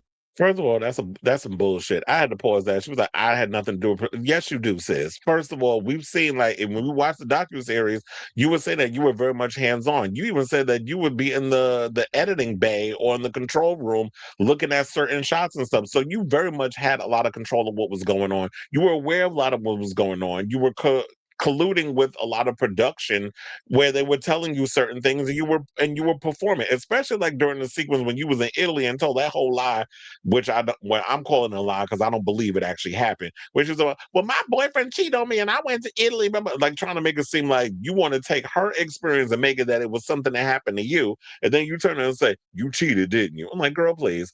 What's going on? You cheated on him, didn't you? Like, all of a sudden, how she come with that revelation? Because it's like you knew what was going on in the house. You tried to spin it and basically you slut shame this girl. But yes, on one hand, it was something that happened back in the day. It was a different thing that the way we receive things on TV was different 25 years ago. But still, you got to have some kind of accountability for some of the things that you do and some of the stuff you produce. You can't just throw it over. Well, that was the time, which it was. And yeah, at one hand, we were, you know, you had shows like Top Model that was at the bottom of the barrel network, like the UPN network, which I call the U People's network. They were fighting an uphill battle with shows that was like Fear Factor. I think Survivor was on at the time. So when you're dealing with a lot of those type of shows that are on much bigger networks, you trying to make sure that you're seen. Hi, look at the little us over here on this little ass network. We doing crazy stuff over here too. Come pay attention to us and give us your ratings. And we fed into that. So we're all guilty of it. They were feeding the beast, which was reality TV and the ratings. Then it was us who basically was salivating at the mouth over all of the craziness that was going on the show. And the people that worked on the show that continued to feed the beast because they knew that by exploitation and all these other things that y'all were doing to these girls who, according to Tiffany, no, it was Danielle. According to Danielle, she was like, she had found out that Tyra was well aware that this show wasn't going to benefit these models in any way, that y'all really weren't going to become like some big supermodel, like a Naomi Campbell or an Iman or even a Chanel Iman. Like, you weren't ever going to get to that point. So she was aware, but this was a show that was making her a lot of money. And she knew that you were basically out here exploiting these people for your own financial gain. And got the unmitigated gall to talk about she bringing the show back. For who? Because quiet as it's kept, if you don't bring back the Jays, which Jay Manuel did say that since the video that we saw Miss J, that he's gotten a lot better He actually can get up out the wheelchair. He's been walking around. He's getting better with the walking. He's getting a lot stronger. He's been talking. He's getting back to the old Miss J. Who knows? Maybe in the next 2 years, Miss J will be fierce Miss J from back in the day, where they'll be able to walk around. You wouldn't even know the man had a stroke. And hopefully he's also taking better care of himself. But if you're not bringing the Jays back or Nigel Barker, we don't want it, sis, because who you bringing in there? I mean, we like Law Roach, but Law Roach is better off on other channels and other shows. I like him on Project Runway, and I like him on Drag Race. We ain't gonna stretch that man thin just so that way he could be a punching bag or a little pincushion in your sociopathic shit that you got going on or attempt to do, because I don't think a leopard changes his spots. And I do think that Tyra will still be the Tyra that she was back in the day if they bring this show back. But I'm gonna finish the clip and then we'll come back and continue. Which I find hard to believe, because how many times did she bring Shandy on her talk show to kind of force her to watch that scene?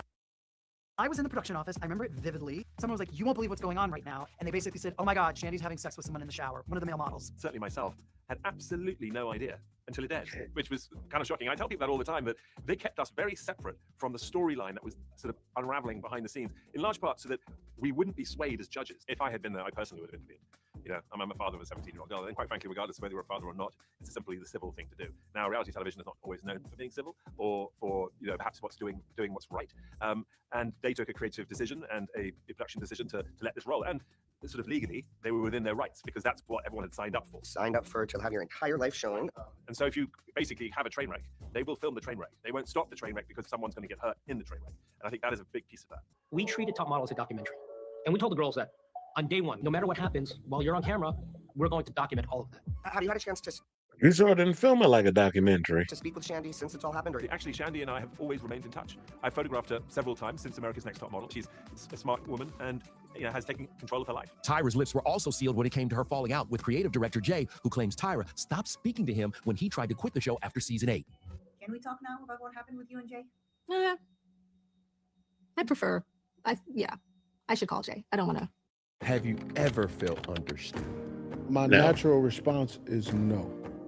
By the way, you know she was never going to call Jay. That's why I just found it funny that she sit up in here to my, well, I should probably call him. Girl, you never had any intention of calling Jay. And the fact of the matter was, you wasn't a real friend, because my thing would have been this. If y'all had came up with this conclusion where you said that regardless of what happens, if there's any kind of changes we want to do in our life, that we're gonna tell each other first before we tell anybody else. And I come to tell you that I'm ready to move on.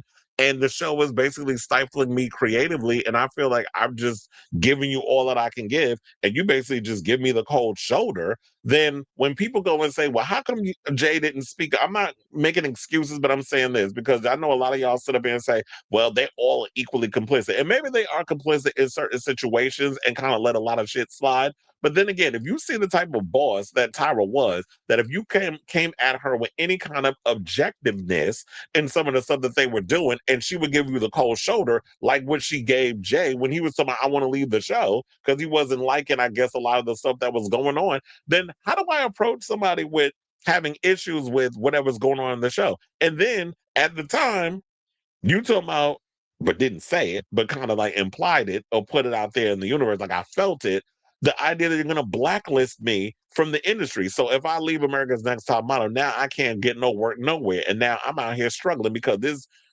lady, and ain't the word I want to use, but this lady want to go up in here and try to destroy my career and be like, well, if you don't want to work for me, you ain't going to work nowhere. So I had to play the game until it got to the point where I get fired. So now it's not going to be a stain on me. Yeah, it looks crazy because you done fired all the best people that was a part of the show, but at least I can still go out and get bookings. I know it's crazy to think that, but you got to think about the times and these people are a mess. But anyway, let me finish this because we got about about 2.5 more minutes on this. Yeah. The first time I saw the documentary, honestly, her reaction, it made me chuckle. For me, it was no surprise because she has made a pointed effort to not speak about me in the press. What's very telling about her reaction is it's the first time I saw her in the doc respond without this prepared answer. we got to see a bit of a break in the personality, Tyra. One of the most emotional revelations in 2022, runway coach / judge Jay Alexander, aka Miss J, was in a coma for 5 weeks after suffering a stroke. Tyra didn't visit him in the hospital, but Jay and Nigel did. I taught Miles how to walk, and now I can't walk. Not yet. Well, Jay is getting stronger every day. He does physical therapy every day. He can get out of that chair. That's what people don't know. At the time of the documentary, he couldn't. He can. He can take steps. And look, if anyone is going to walk again, it's Miss J. There's no stopping Miss J. I mean, the reality is that Miss J has still got that spark. I remember visiting him in the actual hospital, and he couldn't move. He was completely paralyzed and lying there, and only half his face could move and one eye. And I said something to him. I'm like, oh, good. You can't move. That means that I can really take advantage of you now. And he looked at me with his one eye, and he opened it, and he rolled his one eye. And I'm like, okay, you're still there. If you're able to still roll that one eye of yours, I'm like, we're gonna get you back. Despite all the backlash Tyra's receiving from Reality Check, which is streaming now on Netflix, she dropped this hint for a potential comeback. You have no idea what we have planned for Cycle 25. She is currently actively trying to pitch it. So she wants to make it a reality. Do you think the show can really come back ever in 2026? No one has called me, and no one's called the Jays, from what I've heard from either of them. Without the three of us, good luck. All right. So, Miss Mamas, I will say this is that wait, that ain't where I want to put it. I want to put it there. Where's she at? Miss Banks.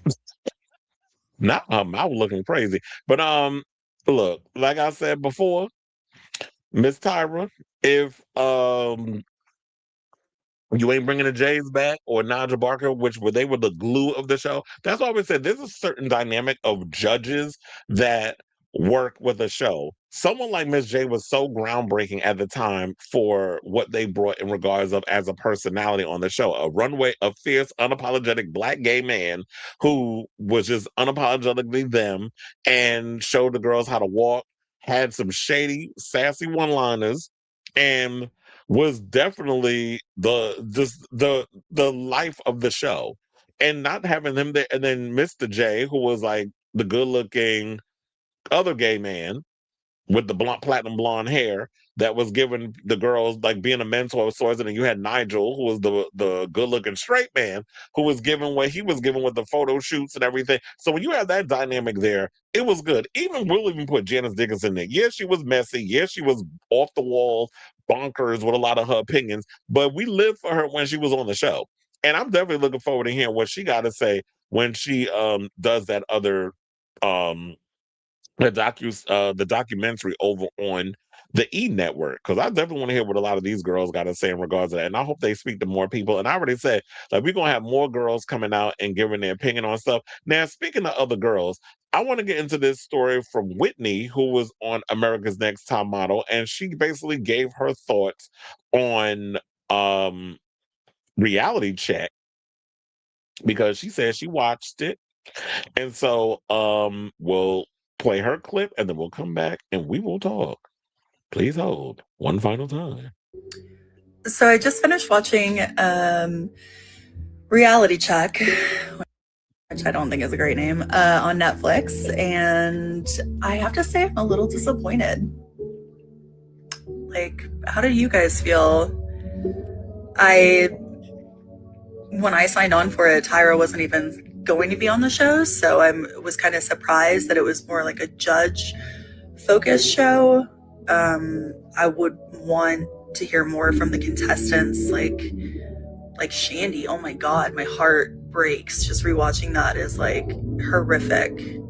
And Kenya, like, there was just so much that was really interesting, and I kind of wish they had focused more on I guess what I thought was interesting. Of course, I am biased because I was a contestant. I don't know. What do you guys think? No, I actually agree with you. That it felt like it'd been good if we had the judges. I mean, I like the fact that we had the judges there and you asked the questions based on what some of the accusations the people were. And they did a good enough, I think, job of doing that. And then throw a little Tyra in there. But I do feel like y'all should have balanced it out more by having way more contestants come on the show and tell their story. And then maybe in the final hour, y'all could have did the judges and Tyra. Maybe what it should have been is you focus a lot on what was going on throughout the seasons. See if you can get a bunch of the girls from any of the seasons that had the most controversial moments come on and give their side of the story and their experience, and then you maybe devote one full episode to the judges, their thoughts on certain things, and then of course juxtapose Tyra in there as well. So make it about the judges and the host speaks or whatever. You could have called it with a headline, and then that could have been the third episode. And then that could have been what y'all did. But the first two, or maybe y'all could have just squeezed a little 4 in there. But yeah, maybe 4 episodes y'all could have did. And 3 of the episodes devote them to the contestants, and the 4th episode devote to the judges and Tyra. But they didn't do that. So Joni Sprague, who I think was a contestant on the show, said, agreed, we need more from us. We needed more from us. And someone said, I thought you did great with what you were given. I remember meeting you finally at DragCon LA 2018. I still have our picture. Another person said, way more from the contestants and less from Tyra. Well, there was less from Tyra because Tyra really didn't say shit. Why weren't there any guy contestants either? That's another thing too. Why didn't they talk to any of the guy contestants? Because I did say, the only one that I remember from the male season is Marvin Cortez. And that's because Marvin Cortez does adult cinematography now. So he out here laying low and spreading the wine for a coin over there on OF. So that's the only reason why I remember Marvin Cortez. But other than that, all the other men that was on the show, y'all could have spoken, asked them about the co-ed season. Because wasn't that like the final season, I think, before they fired Tyra? Then they said, I think when they agreed to put Tyra on, that they should have extended it to be for the 5-part segment. Now I just want more. Maybe we should just do a reunion and all drink wine and talk shit. Well, here's the thing. Maybe what you America's Next Top Model girls need to do, and I'm gonna tell you this, steal this idea because it didn't happen. There was supposed to be an all-stars reunion, I think it was season 7, All-Star 7, where they were going to have all the winners. I think it was the all-winner season. They were going to have all the winners come together and spill tea about what happened behind the scenes on Drag Race and those other stuff. But of course, World of Wonder stopped it. So if y'all want to do that, then I think that would be a great idea. Get all the most iconic people on the show. Get Shandy, get Danielle, get Kenya, get all the other people. Even invite some of the male models to come over. Drink wine, hire a cameraman, get a place, Kiki, and like have somebody, I guess, structure, have like a moderator that can come up with some questions and see if people want to come in and just give their opinion on. That might be a great idea. Another person said, I think Tyra thought she was really saving herself when she actually came off smug and disingenuous. Absolutely. Wendy said, I thought the same thing. She does not come across as being sincere at all. Not sure why that is. Because she ain't give a fuck about y'all. That's just the reality of what it is. She's a cold woman. And even Rob Shutter, who y'all might not know this, but before he was up in here doing the gossip, he was her publicist. And he said that Tyra is giving you who Tyra is. Like, you seeing who she really is. So as for Tyra to act like she didn't remember Shandy's trauma is wild. Her making a face like she trying to remember. Girl, we see right through that bullshit. Another person says, shout justice for the Jays. Watching Miss J rip my heart out. And Whitney responded 100%. Another person said, I'm mostly angry about Shandy's story. How dare the producers let that happen to her? Another person said 3 episodes weren't really enough. I expected Banks and Mock to be held more accountable for the actions of the show. You can't be an executive producer and say many of the decisions were out of your hands. And Whitney says, I agree. Either you are in charge and can be held accountable or you're not. They rode the fence the whole way through. And that's what I was saying is like, y'all can't sit up in here, and I do agree, y'all can't sit up in here and just straddle the fence and basically be like, well, we didn't have any English. It's like, y'all were all guilty. It's not just y'all, but also the people at UPN. I already went through a whole thing where I read the thing yesterday on breaking it on down and the responsibility of the people up in the situation. It's like, yeah, we could sit and talk about it was the times, but we can't sit up in here and use nostalgia as an excuse for pushing trauma on people. Like we acknowledge the fuck up. We come to the conclusion, we apologize for it, we say we know better, we do better, and we move on from there. We don't sit up here and be like, well, it wasn't really my decision because Tyra full of shit. She had a lot more control on that show than she's letting on. So I think that was just what irritated me about that whole situation altogether. But anyway, so I say all this to say, what do you guys think of this story? Because I said this story is not going away anytime soon. We're going to still be talking about this for a minute, even probably around up until, because I'm sure more girls and more people are going to be reacting and coming out and giving their experience of Top Model. Sis, with all of this happening and this upcoming special over on E, Tyra, read the room. Nobody wants this reunion of sorts. Nobody wants this cycle 25. It's just not going to happen. The people are not feeling it. And this is just not the right time to revive the show, especially with you being attached. Just go over there to Australia, make a little hot ice cream, which I heard is not that good. I saw a video where this girl was up in there like, ugh. The best part about it was the whipped cream she said they put on top of it. And just go out there, raise your child over there on the other side of the globe and make a little hot ice cream and be a businesswoman. Because the Top Model stuff, unless you plan on bringing a new model up in there, I'm going to just throw out a name, a Kendall Jenner or somebody to host it. Don't nobody want it. So I say all this to say, what are your thoughts on all of this? Let me know in the comments down below.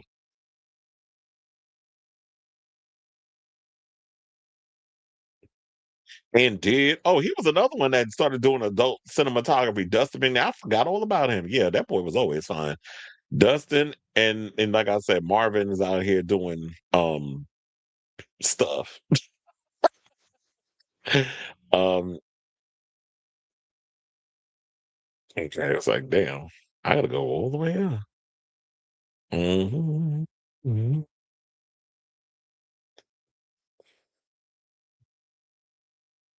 You say, oh, same thing happened to Madonna. It's like, oh, we had the nerve to come on time. Why?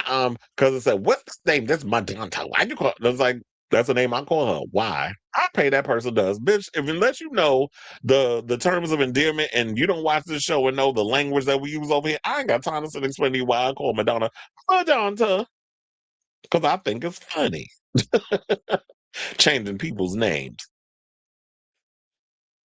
He said Oprah is one of the billionaires. She lost me along. Oh yeah, I don't particularly care for Oprah either. Now Janice don't play innocent. Okay,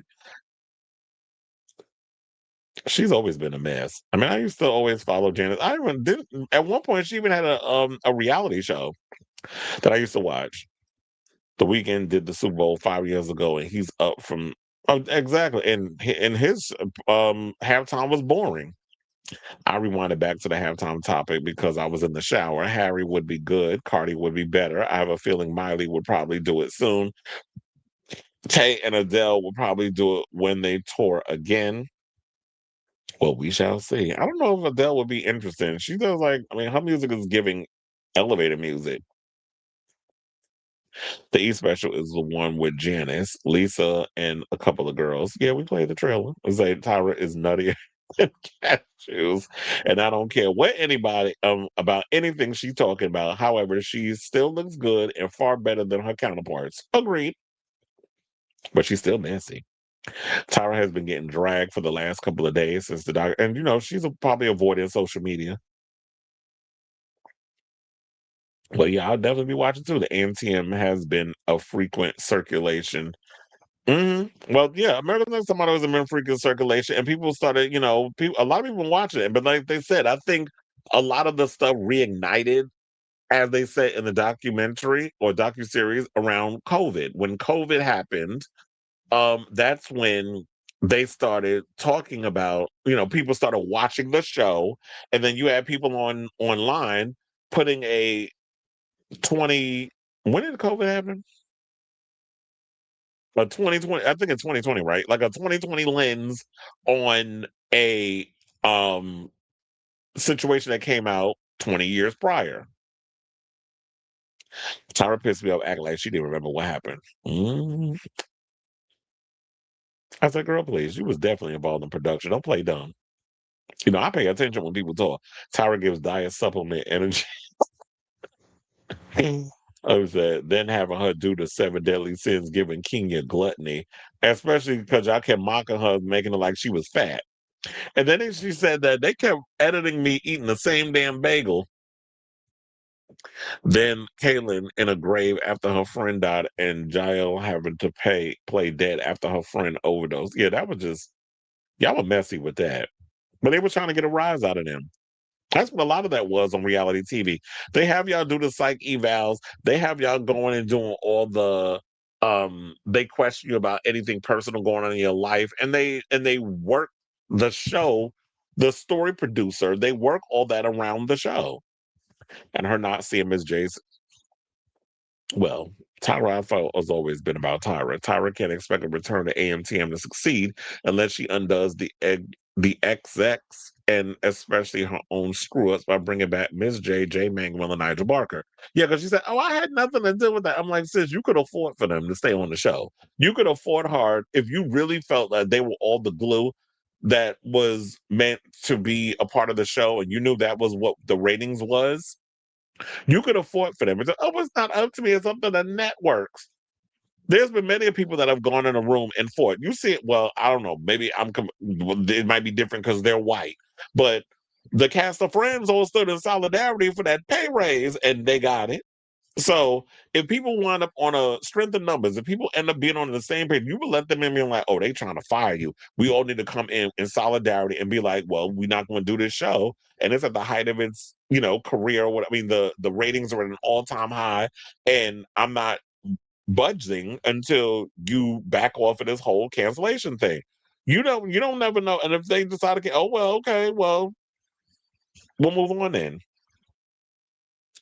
But I truly believe in this thing. If you truly believe in something, you'll stand for something. And as I always say, if you don't stand for something, you'll fall for anything. And that's literally what Tyra was given. Danny said Tyra told her 15 years ago that the show that she knew. We talked about this yesterday. He said, yeah, that's what I refer to her as having on that Inspector Gadget trench coat. Are we reciting what we talked about on yesterday's show? He said, I wish I had gotten Takara on it. That would have been a good one, too. Where was Takara? Because remember, she walked so Miss Big Girl, I think the one we just showed, can run. Because Takara stood up to them because it was like, oh, y'all ain't got my size up in here. Oh, y'all trying to play in my face. Y'all deliberately know that I'm a big girl and y'all gonna come up in here with these sizes that you know I can't fit. And then, of course, they decided to eliminate her in the same episode because she stood up for herself. So if you wasn't willing to go along and get along and play the game that these producers and stuff wanted, then you were getting the chop.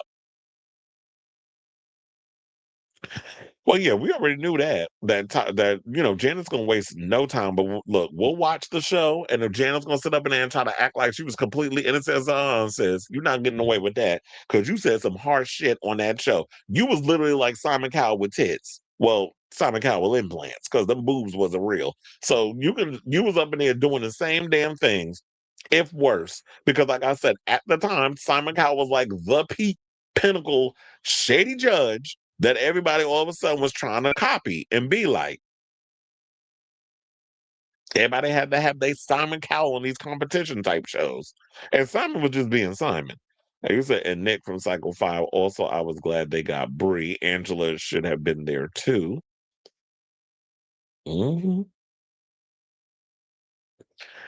Yes, reality check. I think they were thinking they were being clever because it's like, oh, it's a reality show, reality check. Ha ha. See, it's like, okay, that's the best y'all can come up with. Because both Tyra and Ken Monk's answers showed they were clueless of the harm they did to those young women.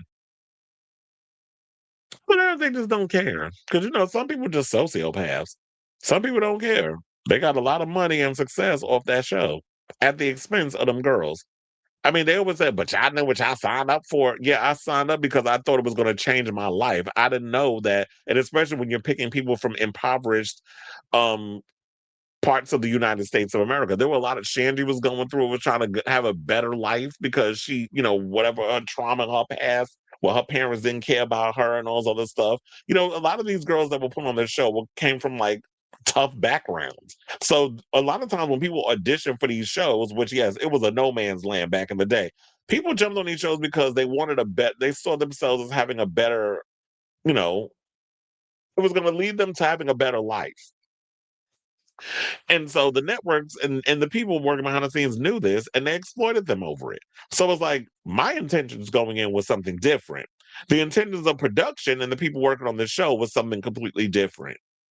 And I think that Tyra and them got so caught up in the success and the ratings, they forgot what the real initial reason was that they created the show. They already said it, like they didn't want these girls didn't get bookings because they didn't want them walking the runways and then being the distraction.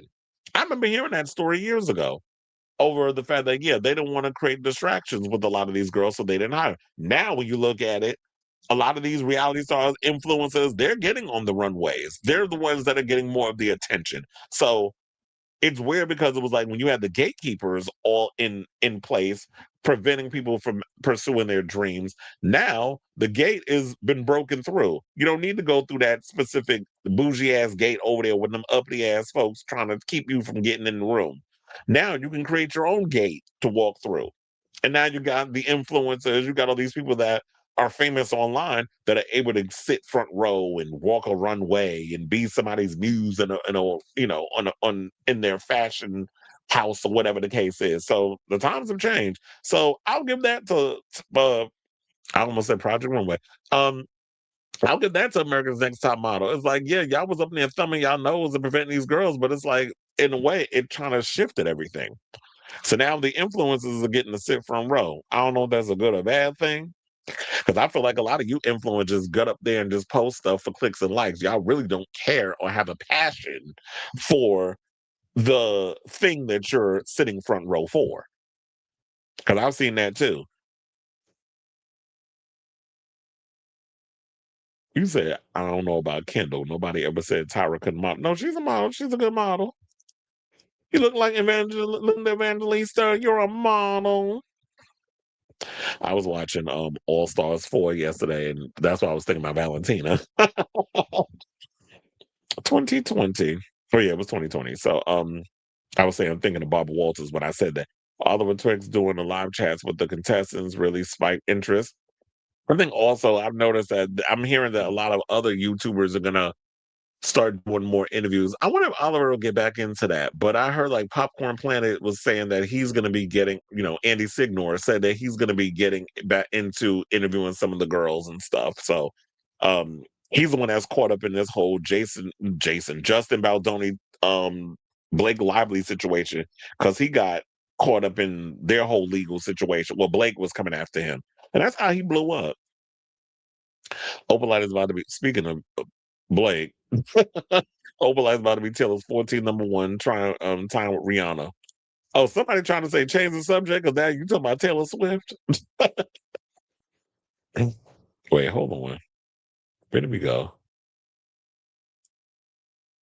Yeah, she definitely. Well, emphasis on the Mad. I'm gonna need Rihanna to release the lead single. Well, is she gonna put out some new music? Like, what's going on? Only thing Rihanna gonna put out is singlets. Okay, and more underwear. Simon was always playing with the tits. Oh yeah, well he has some big old titties. Now he look a little crazy.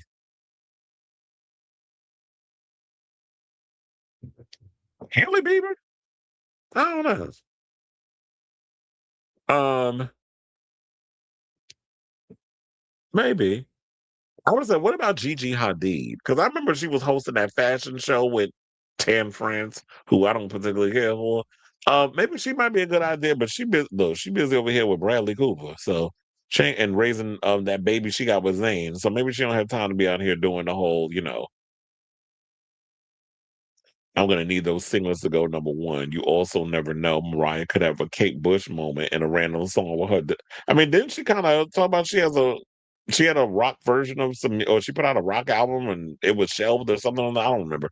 Margot Robbie is being, no Lord, she is a born woman. Y'all need to just stay out of in between women's legs, please.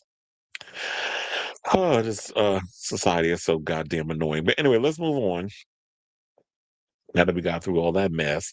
And speaking of mess, hot mess, let's talk about Brandi Glanville. So Brandi Glanville finally revealed that while her face literally looked like it got run over by an 18-wheeler. So let's get into that story. So Brandi Glanville says she learned a really hard lesson about not maintaining her breast implants because she says a boob job she got 20 years ago is behind her infamous facial parasite. Now, The Real Housewives of Beverly Hills star told TMZ on Tuesday that her breast implants from 20 years ago had ruptured, leaking silicone into her lymph nodes, clogging them and ultimately causing the facial infection. Saying, I definitely had a parasite. I was shocked because I've had my implants for 20 years almost, she told the outlet. They looked fine. They felt fine. The mammogram said they were fine. It wasn't until I had a sonogram, I was just feeling like, you should check that too. Why not? I've checked everything else. She continued before adding that she had gone to 21 doctors and spent so much money to get to the root of her health issues. There is such a, she said, there is such a thing as breast implant illness, and you really should change your implants every 10 years. I just didn't do it. If it's not broke, don't fix it. I learned a really, really hard lesson, she reflected. Well, maybe you should have listened to a little somebody called Wendy Williams, because I remember Wendy talking about that a lot on, I think it was even on her radio days, or she might have even mentioned it on the talk show.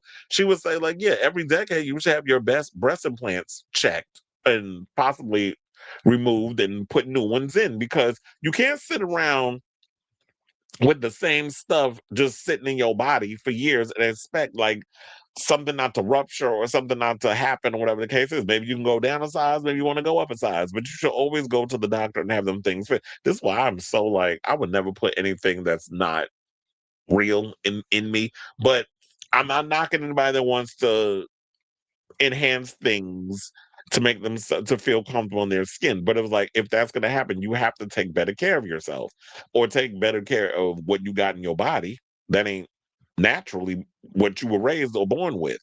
So, per the Cleveland Clinic, breast implant illness refers to the wide range of symptoms that develop after getting breast implants.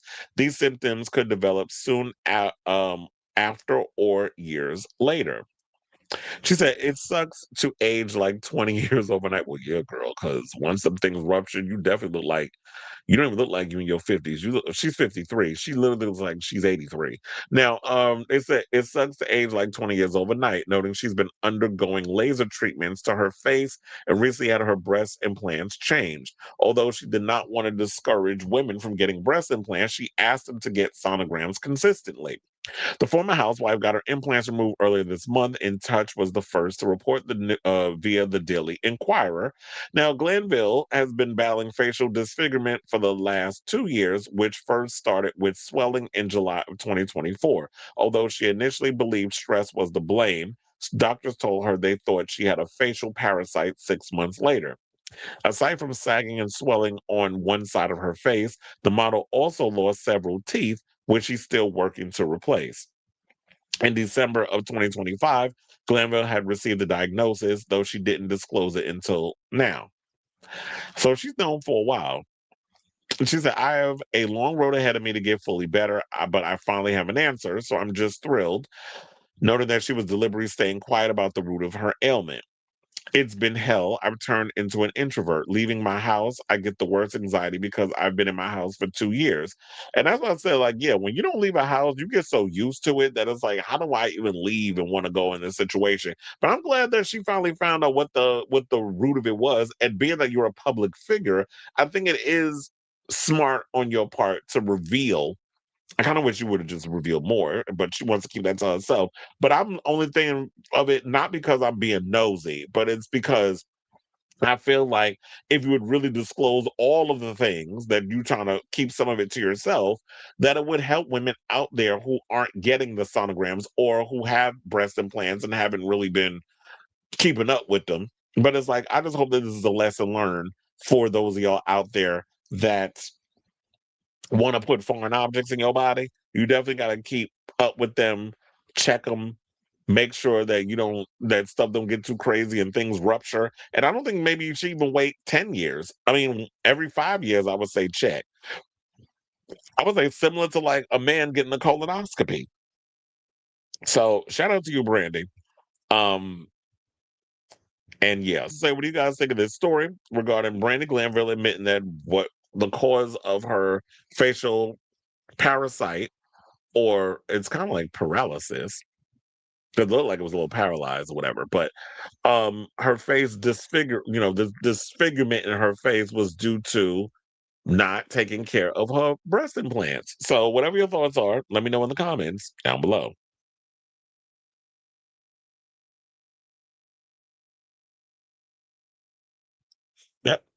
Oh, you're saying that someone's ugly daughter, and she hinted working with a modern artist on it. Methinks it's Olivia Rodrigo. No, I think she got it from a spa, or maybe she had all the filler removed, like Black China did. Maybe. Um, sounds almost as bad as K Michelle. Child, well, look, that's what Cardi B got to be worried about, because I was seeing her on her tour making them cheese. I'm like, girl, that ass look nasty. And I like Cardi, but girl, who did you go to? I'm telling you, she went to somebody basement in the Bronx, and had them do that mess to her ass. But that ass is not cute, and you should not be up there showing all of that and making them clap. That's why I'm glad that she was like, I'm going to go to another country and get all that mess out. Because yeah, that ass look crazy. It literally like you got a dump truck behind you. D.S. Madison is another one that ass look crazy. Not in a good way. Not COVID of the face. Well, it'd be funny if that was, I mean, it'd be interesting if that was kind of like what caused it. Because, COVID was causing a lot of situations that, oh, excuse me, I'm yawning on camera. COVID was causing a lot of situations and stuff. All right, y'all. So now let's get back into the show and get to our next topic. And let's talk about Shia LaBeouf. So yesterday I did mention that, that him and Mia Goth were married and this, that, and the other, and him being in New Orleans, being a mess. I'm like, there must be trouble in paradise. Because clearly, I'm like, why would you be out here binge drinking and acting a fool and headbutting people? Because that was the latest story that came out. He headbutted someone. And then they were I guess what they were saying was the fight started around the time that they were trying to restrain him because he was out of control. So clearly it was all, in my opinion, a cry for help. Well, the word on the curb is apparently him and Goth had been split for a while. And he's been living in New Orleans with some friends. So Shia LaBeouf and wife, or family, they said, wife Mia Goth quietly called it quits nearly a year ago, a source exclusively tells Page Six. It's unclear if they have filed for divorce. An insider also said that the Transformers star moved to New Orleans after the breakup to be closer to family members. Now, news on the on-again, off-again couple's latest split emerged after LaBeouf was arrested in the Louisiana city on Tuesday morning after allegedly getting into a brawl during Mardi Gras. Now, both Goth and LaBeouf had a roller coaster romance from the time they met in 2012, because they met on this film called Nymphomaniac Part 2. And that was like the first movie that Mia Goth was in. That was her big screen debut. Now, they made their red carpet debut 2 years later at the London premiere of his film Fury. But by 2015, I actually like Fury with Brad Pitt. I think it's on Prime Video, actually. But by 2015, they were infamously filmed they were having an argument in Germany. I think that was the one where they was outside and he was yelling at her in the car or something or another. Then they tied the knot in Vegas in 2016, even streaming their nuptials on TMZ. The ghetto. The couple later split in 2018, with a rep telling Page Six at the time Shia and Mia have filed for divorce. Their separation is amicable and all details pertaining to the divorce proceedings will remain private. However, they were spotted wearing wedding rings again in March of 2020 while riding bikes together in LA. Neither confirmed the reconciliation at the time. After a number of further ups and downs, they welcomed the child together in 2022. So the child's probably around 3 years old, 3.5. But then he went on John Bernthal's podcast and basically said that Mia saved his effing life. She was present for me at a time when I didn't deserve to have nobody in my life, especially her. She gave me hope when I was really running on fumes. And so, but Shia is someone who has had a history of being abusive to his girlfriends. He was abusive to FKA Twigs. She came out and revealed a lot of stuff that was going on with that. I would not be surprised if he was that way towards Mia. I mean, not we here, but I have seen the video of him being belligerent towards her in a car. And for even more evidence, I actually came across this video of a girl that I believe he was dating last year. So I think while he and Mia were quietly separated, he was with this girl named Drina, who was, they said he's been dating since August of 2025. So him and Mia have been split for a while. Well, apparently, Drina went and posted some actual audio of Shia going in on her and some of the shit he was saying. I'm like, sir, that mouth. So hold on. I'm gonna pull up the video. Is that the first one? I think it's this one is the first one. We're gonna play this clip. We're gonna come back and talk. Please hold.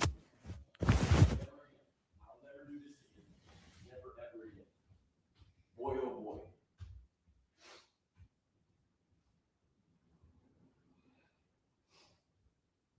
I can't even pack all my shit because I have to go see my kid.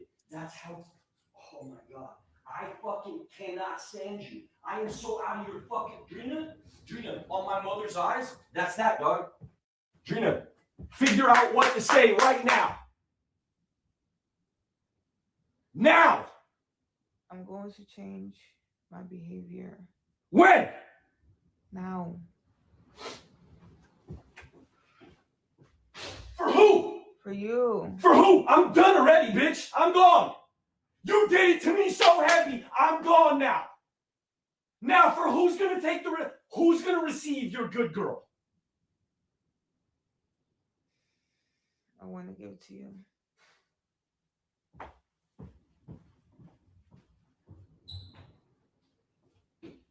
It's a good girl. What is she, 5? Hey, make sure you send Dustin some more hearts, you floozy hoe. I cannot fucking believe you, dog. You're with me. You're with me. You're sending this. You sent this fool at when he left the club, and then you waited till 10 p.m. to say, hey, hope you got home safe, and sent him fucking hearts? You're fucking with me? For real? And you give me shit for real?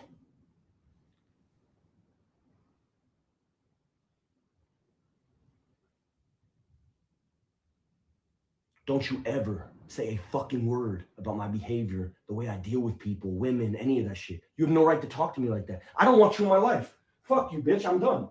Fuck you. I don't want to train you. You're a fucking dumbass. Is she a dog? You have no idea what you lost. Stupid. You'll figure it out. Fuck you. I don't want to do it. I'm not training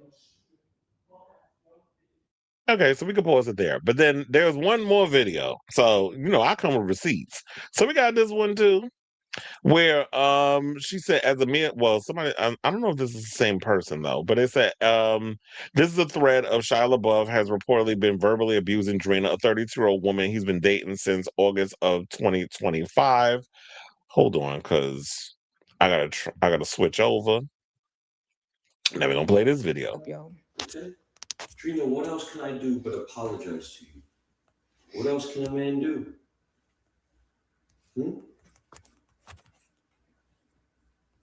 I'm sorry, Drina, that I said those things. About killing my mother and my brother and me? You're sorry. I'm sorry I threatened your family. I'm sorry I threatened you and your brother and your mother. I'm sorry I said the things that I said. I was very angry. Like, you think I'm gonna, like...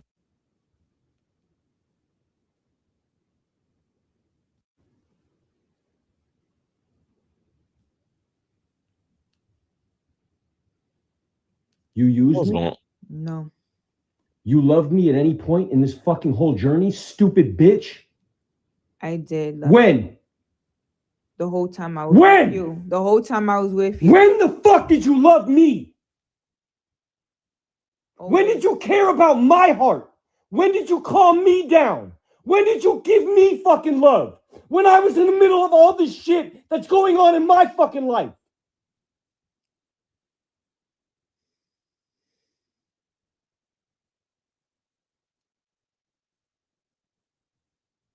All that goes on here is I do for you, you selfish bitch.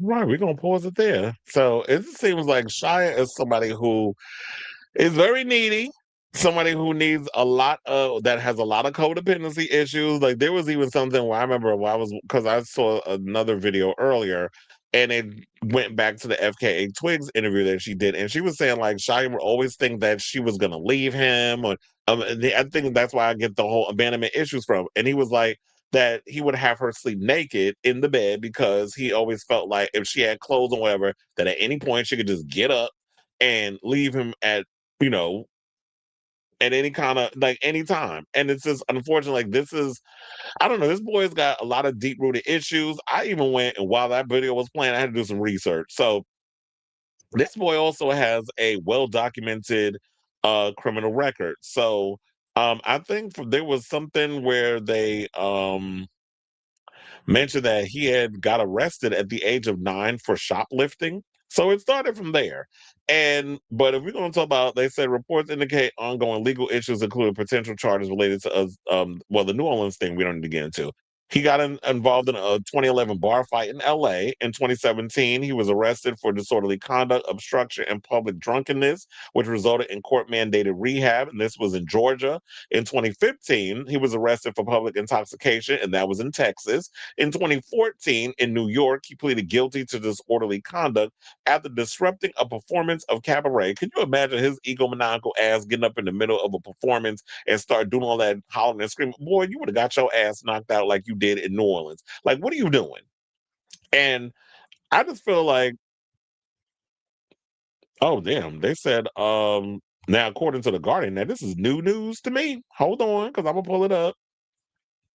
The Guardian. Now I just now came across this one. Hold on, because I'm gonna put this picture up because that's the one where he was talking about free him. Okay, like who? Like you, Luigi Mangione? That's how you want us to free you? So we'll leave that up there while I go through this. So now, the Guardian is reporting that Shia allegedly called queer man homophobic slurs before New Orleans arrest. They also said actor allegedly also made remarks to man who dresses in drag and was seen dancing on Bourbon Street after arrest. So let's get into the story. So it said the actor Shia LaBeouf allegedly aimed homophobic slurs at two men, one who identifies as queer and the other who dresses in drag, as the Transformers star was arrested for purportedly battering them at a bar early on Tuesday morning in New Orleans. Jeffrey Damnit, who was born with the last name Klein and was listed as one of the victims by New Orleans police, says in an interview on Wednesday that he was wearing mascara, eyeshadow, and lipstick when LaBeouf tried to beat him up while screaming, "You're a fucking," rhymes with maggot. Oh, y'all be out here real bold thinking these gays can't fight. And he also shared a cell phone video showing LaBeouf in the back of a vehicle being examined by first responders, glancing over at Damnit and saying the F word. "Keep on calling me," rhymes with maggot, Damnit said, can be heard saying on the video. Asked by text message if he would like to comment on LaBeouf's arrest, the other man named by police as a victim in the case, Nathan Thomas Reed, replied, "I ain't never seen this rhymes with maggot word mentioned more times than in this article," because I'm about to say it again. "I wanted to be known that he was calling people maggot."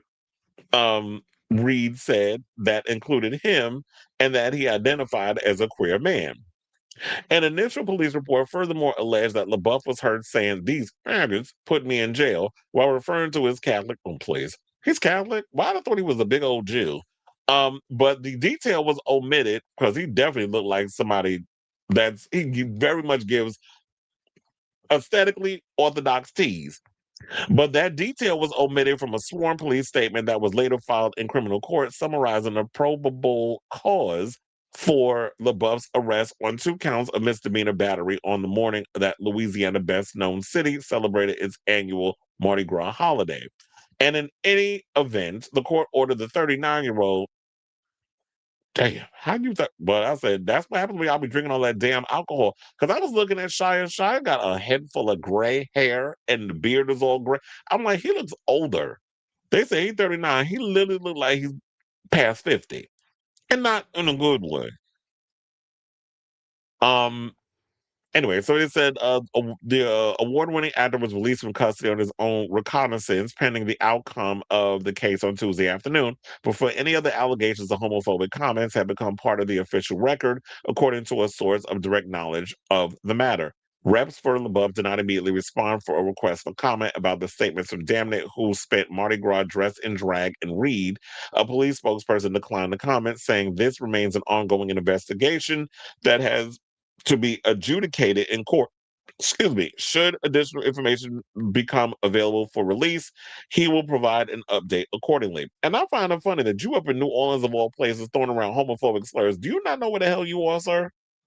And especially working in Hollywood, I'm sure there's been plenty of rhymes with maggots you've come across and never even done scenes with. So all of a sudden, this whole homophobic side of you coming out,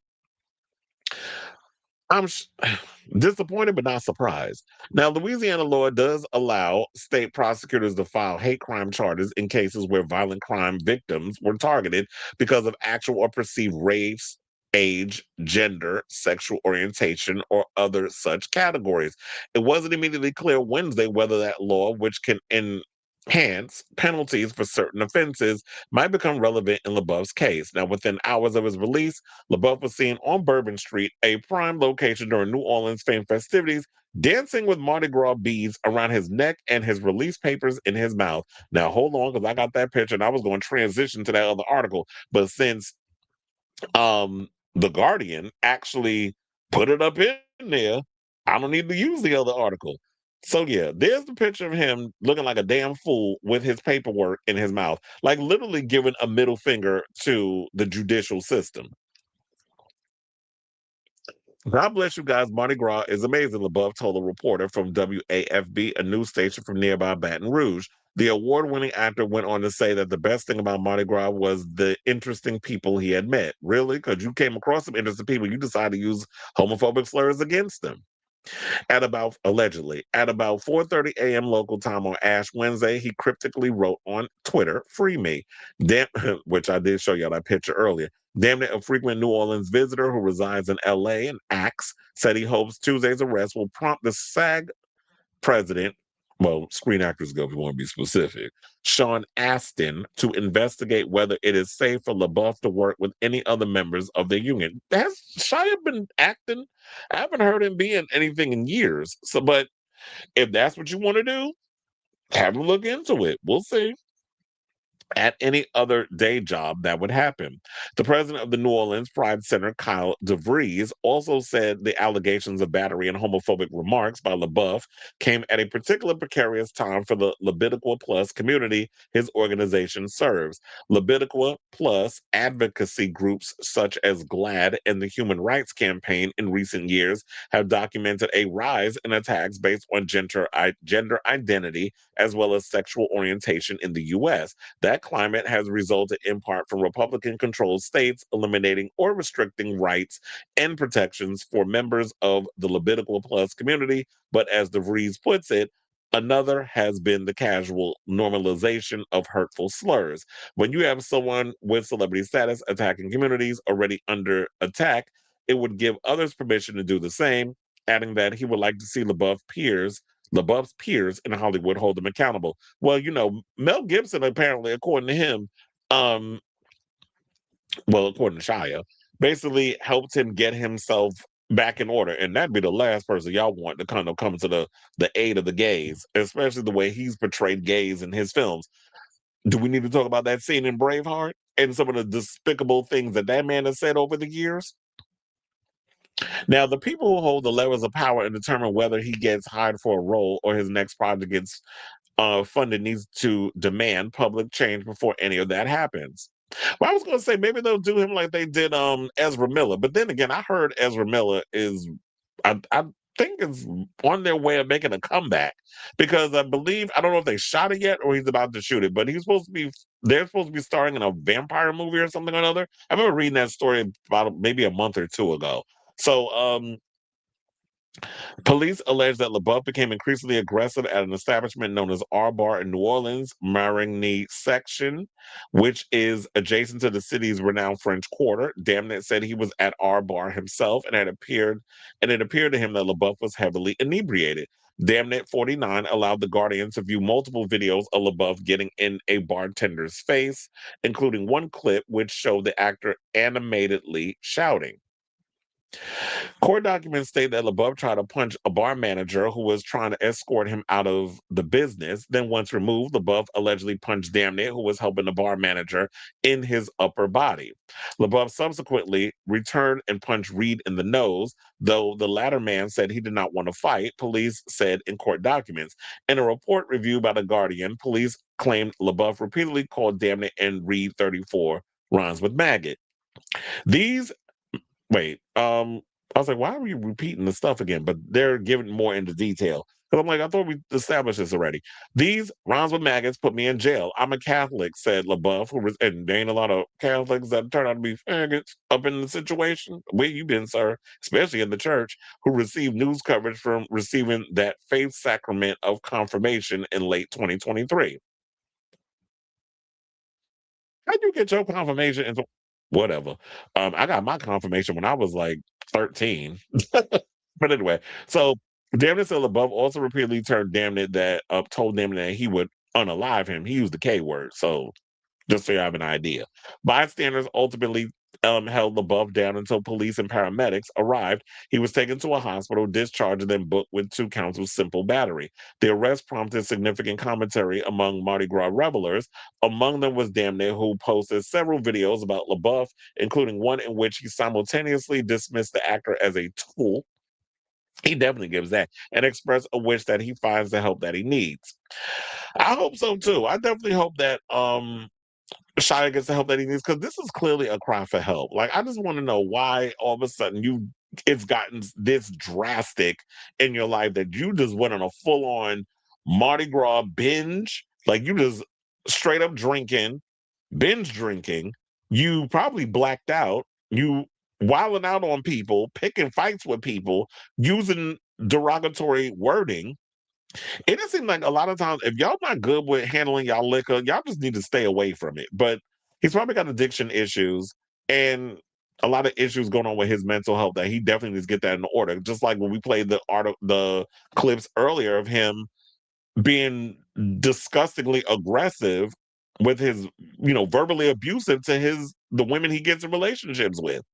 So be warned, any future woman that get in a relationship with Shia, if you think you got the magic golden pussy that's going to change him, oh no, a leopard never changes his spots. And it don't seem like he's going to change his anytime soon. So I think we're almost done with the article. They said, Damn, on Wednesday said he thought he wouldn't be allowed to party on Bourbon after LaBeouf's alleged behavior. But Damn said it disappointed him to see LaBeouf was in jail for less time than I slept that night. Because, yeah, I heard that if you in jail, if you get arrested during Mardi Gras, you stay in jail for a minute. Like, you're not getting out of jail overnight.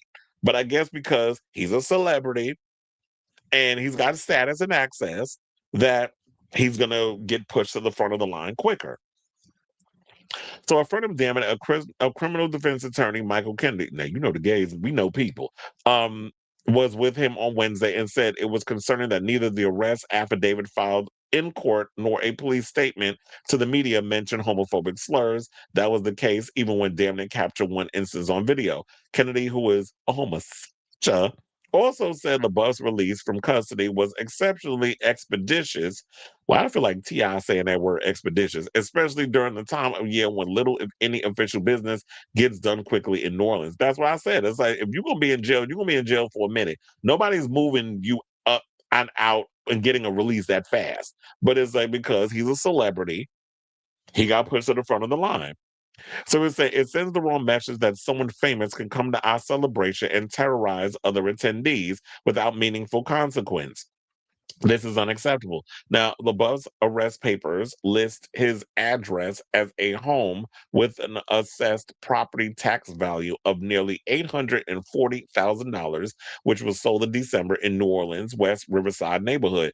The celebrity news outlet Page Six reported that LaBeouf moved to New Orleans to be close to family after a split from his wife, Mia Goth, who is an actor and model. Now, reports of LaBeouf engaging in unruly behavior across New Orleans in the lead up to the celebration has surfaced for days. Okay, so now they're getting more stuff. So now they get into the FKA Twig stuff because they said he settled a lawsuit with the British singer, which accused him of sexual battery, assault, and infliction of emotional distress during a past relationship, which he denied. But based on them videos and things that I was showing you, I believe it. But he's also discussed his struggles with sobriety, a bunch of other stuff. So I hope he gets the help that he needs, but I don't know if he actually will at this point. It looks like what they said, but he was back out there drinking, right after he just got released from jail with the paperwork. He back on Bourbon Street, dipping it and doing it. And I'm sitting there like, so you didn't learn your lesson. You went back to doing the same bullshit you did before. But here's the thing, sir. So that was the warning shot. You're going to roll up on the wrong bitch out in New Orleans, and you're going to end up being on that list of in memoriams that we be talking about in Hollywood with these actors all the damn time. But we're going to see if Hollywood will celebrate a troublemaker or somebody who was really out here doing some shit in Hollywood, which you should be doing. But you allowing all that dark side of your whatever demons you got that you're dealing with, you're not dealing with them demons and you just letting them overpower you and you out here being a goddamn menace, which I don't know what you were expecting to get from that. I mean, I like Shia LaBeouf. I grew up on Shia LaBeouf, and now he a mess. So, good luck to you, sir. I don't know what else to add to that, but I just want to give you all that detail. I'm glad I came across that. That was an accident that I came across that Guardian interview, but I'm glad that I came across it because I don't hear. I mean, I don't know. Maybe there have been some, but I don't know anybody that brought up the angle of like he was out here assaulting queer people and using homophobic slurs while he was on Bourbon Street. So you out here attacking a man in drag and his friend and using derogatory words and having the nerve to use your religion as a shield. Motherfucker, please. Now, as somebody as who came up Roman Catholic, I already know how hypocritical a lot of these people are in the church. So for you to use that as a shield, it kind of making me side-eye you that maybe you got some demons a side of yourself that you haven't yet come to terms with, if y'all know what I'm saying, and I think you do. So I say all this to say, what do you guys think of this story? Whatever your thoughts are on this mess, let me know in the comments down below.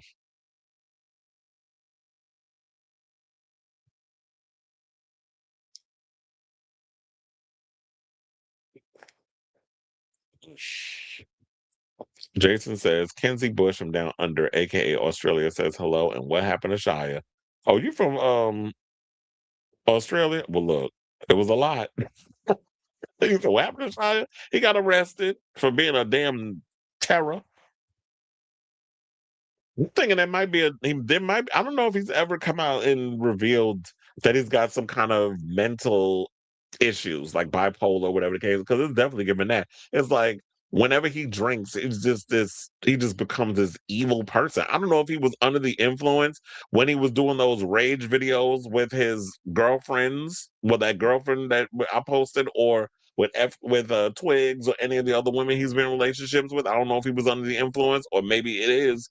He's got a switch, and when he switches, well, you did say he's a Gemini, like Kanye. So them split personalities. I seen that movie, Split. I really doubt Shia guy. He don't, because y'all didn't see that video that was on TMZ. He was getting his ass beat. I'm like, when you getting punched in the face, you gotta have the hands up. You can't be like flailing and shit. But I'm just like, yeah, he don't have hands, because when I seen that video and I was like, I don't know, I know YouTube is really funny with fight videos or whatever, and I don't know what you can get away with. Although Ebro Rosenberg and Ebro Lauren Rosenberg played this video of this wannabe boxer who's now an influencer or whatever, and I don't remember his name, but I'm just like rolling my eyes at this, which is the things y'all do to become famous. Apparently, he goes out and he picks fights with people and wants to get knocked out on camera for clicks and views. I'm like, is this what we are now? So there's that. We say he's very codependent. Absolutely, it definitely gives codependency, which that's a red flag for me. I do not like somebody that's so damn needy and codependent and just thirsty for codependency. Yeah, I would not want to be with that child. He needs a long-term therapist. Emphasis on the long term. He said the last movie I saw him in was The Peanut Butter Falcon. He was good in that. When did that come out? But I was like, yeah, I don't know if Shia's really been out here acting. But yeah, people forget quickly about stuff, so he'll get away with it, and they'll still work with him. All right, y'all. So now we got more mess to get into. Now, Fantasia out here fighting with her father because her father all up in her damn business. So apparently what had happened was Fantasia is out here defending her husband because I believe she was performing. He came out and I think it was, when was it? It was Valentine's Day. And he re-proposed to her. I think they've been married for 10 years, which I'm like, damn, where the hell was I? That the time really flew, that it was 10 years that Fantasia been with her man. Because I didn't even realize it was that long. Well, her father decided to go and post a bunch of videos that the neighborhood tour happened to get, and we're gonna play some of the clips. But he was out here putting out her business, saying that her husband been robbing her. So how they met was, because I had to look this up. Shout out to Hollywood Unlocked. They said in July 2015, Taylor, 45, first met the When I See You singer at a rooftop bar in North Carolina. During a July 2019 interview on The Breakfast Club, Fantasia said they talked all night long. All night long, all night.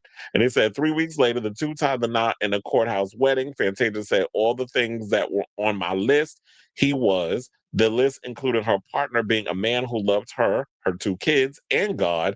After their courthouse wedding, the two had another ceremony on a yacht, and this is according to People. So she seems to be happy with it. Oh, child, I done forgot. I knew there was something I was supposed to do, but I forgot to bring it up. So while I play all these threads of videos, I'm gonna have to bring it up because Fantasia, you messy. She not only decided to throw shade at her father, but she posted his mugshot. So we're gonna play this clip, these series of clips. And then we are going to come back and oh wait, this is the video actually of, but let me mute it because it's like music and all that stuff. I don't want to get demonetized. But that's him coming out. I was looking at husband. I say he walk like he walking like Nicki Minaj. When you got like all that ass in the back and your feet hurt, that's literally how he out there walking. He got as Phaedra was saying, oh, he got that donkey booty. And this is when he comes and gives his little proposal, which I was trying to see if there was a phrase of what it was that he said, and I could have just read it, but I think I closed it. And everybody was living for the whole thing. So there you go. He asking, the usual what they always say when they lead up to the whole ring thing. The ring don't mean a thing to you. I'm gonna give you commentary. Fake commentary. So yeah, he's up in there doing the whole engagement. Shout out to them, but now here come her messy father out here saying that basically said that he called out the proposal and basically said that he pinned missing money on Tasia's financial advisor and then ended up getting him fired. But he was like, he the one out here that's stealing the money. But anyway, let's get into the clip. We're gonna come back, we're gonna talk. Please hold. Those that are Fantasia fans, and because I want y'all to know one thing. I love my daughter. She's my daughter. And I want all her fans to keep her in prayer. The work that I put in with my kids at a young age, I dare not let somebody that I know manipulate. Now, she's had a lot of them to do it in the past. But this one here, I got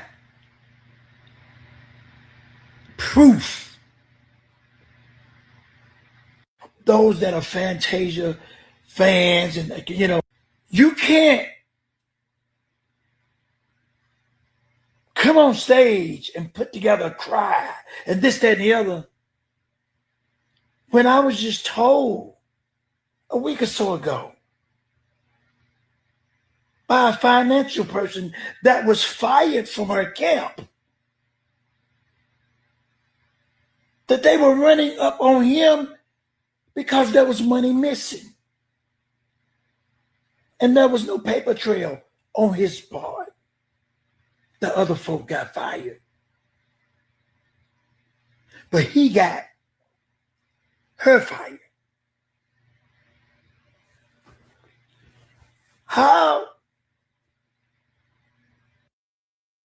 a concerned parent like yourself, whoever's got a family, whoever's got a daughter or a son, you sit back, that would be less a man of me. You can't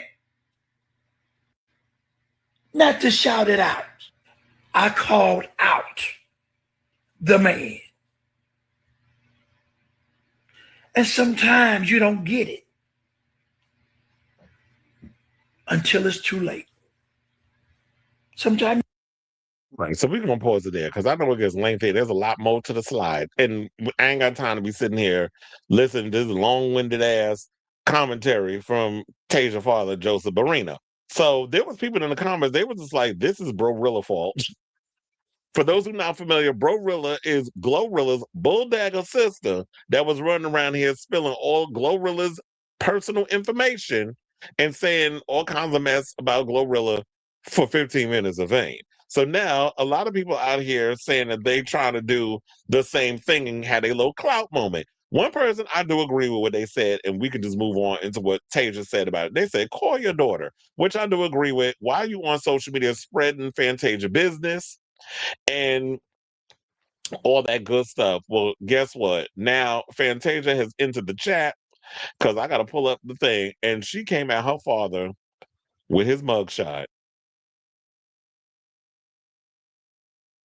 Did it, child. So let's get to the story. So yeah, she said the following. I wasn't going to do this, but this has gotten out of hand. Joseph Barrino, I can't even call you dad or father. You are a donor. We have covered you for long enough. My mom and me have made you look like you were an okay man. Child, well, we already know Tasia illiterate, so we gotta we gotta help out a little bit.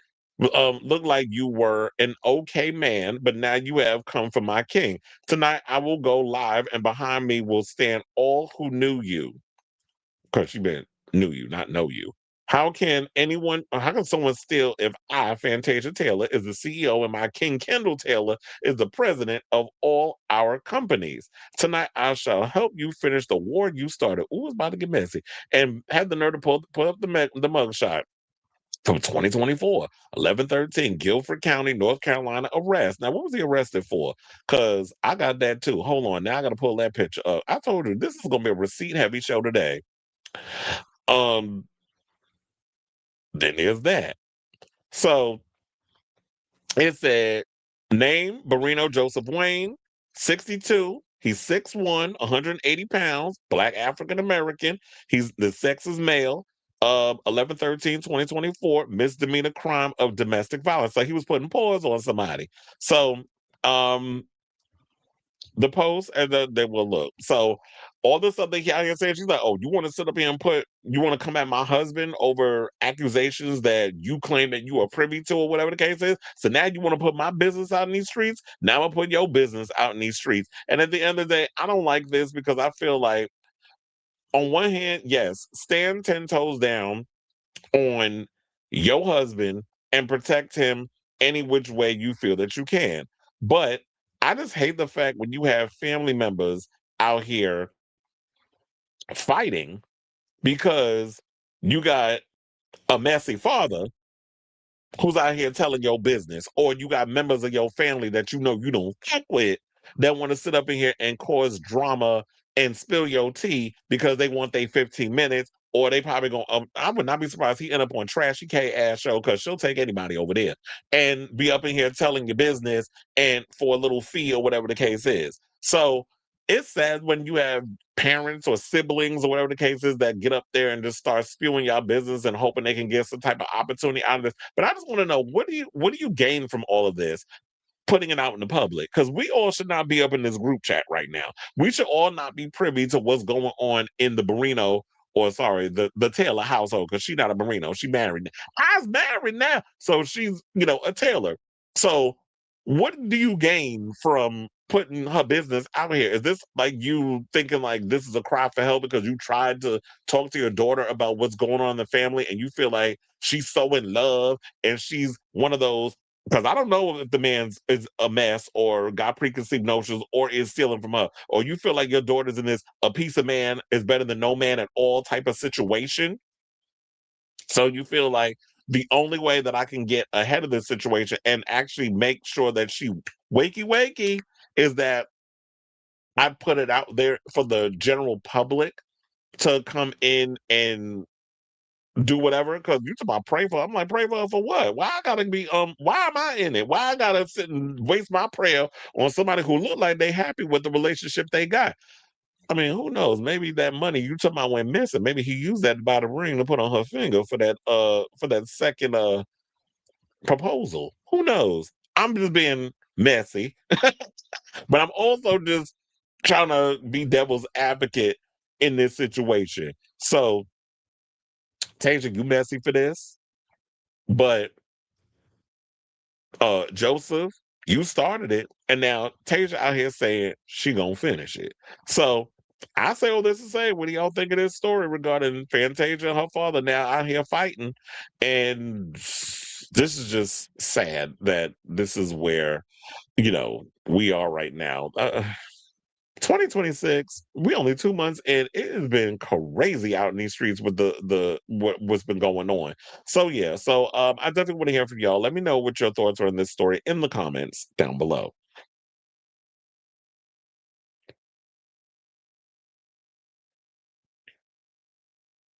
Nice, dark-sided. He has been getting a lot of passes because we watched him grow. Well, yeah, there's always a lot of that. A lot of people tend to have a lot of passes. But I told you, they said he got he first got arrested for shoplifting at 9, and it's probably kept going on then. When I see you 11. In an alternate universe, Fantasia is as popular of an artist as Screamifer and not a one-hit wonder. She's for the R&B. Oh, I love me some Fantasia. You put some Fantasia. I remember me and my friend Rodney used to be up in there singing all the Fantasia stuff because we were big old Fantasia. I love Fantasia more than I like Screamifer. I mean, Screamifer Hudson got some good. She could sing down, and I like her vocals, but I was always a bigger fan of Tasia. So, you know. I was glad when she won American Idol.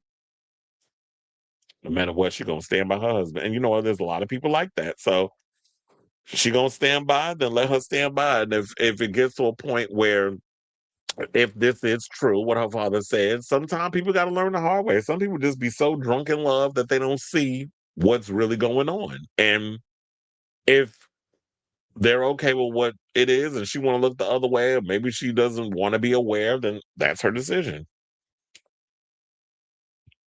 That's how I see it. But anyway, hold on. Let's see. All right. Now we got more mess to report. More family dynamics. Let's talk about Twitch. Now, remember Stephen Twitch, boss? I forgot that it's been a while since he unalived himself. It was about 2022. I'm like, damn, it was that long ago? It was like almost over 3 years. Well, I guess 3 years, 2 months, if you want to be specific. But yeah, so his mother's coming out and going in on Allison Holker, which we did back in the day when the way she was acting after Twitch died.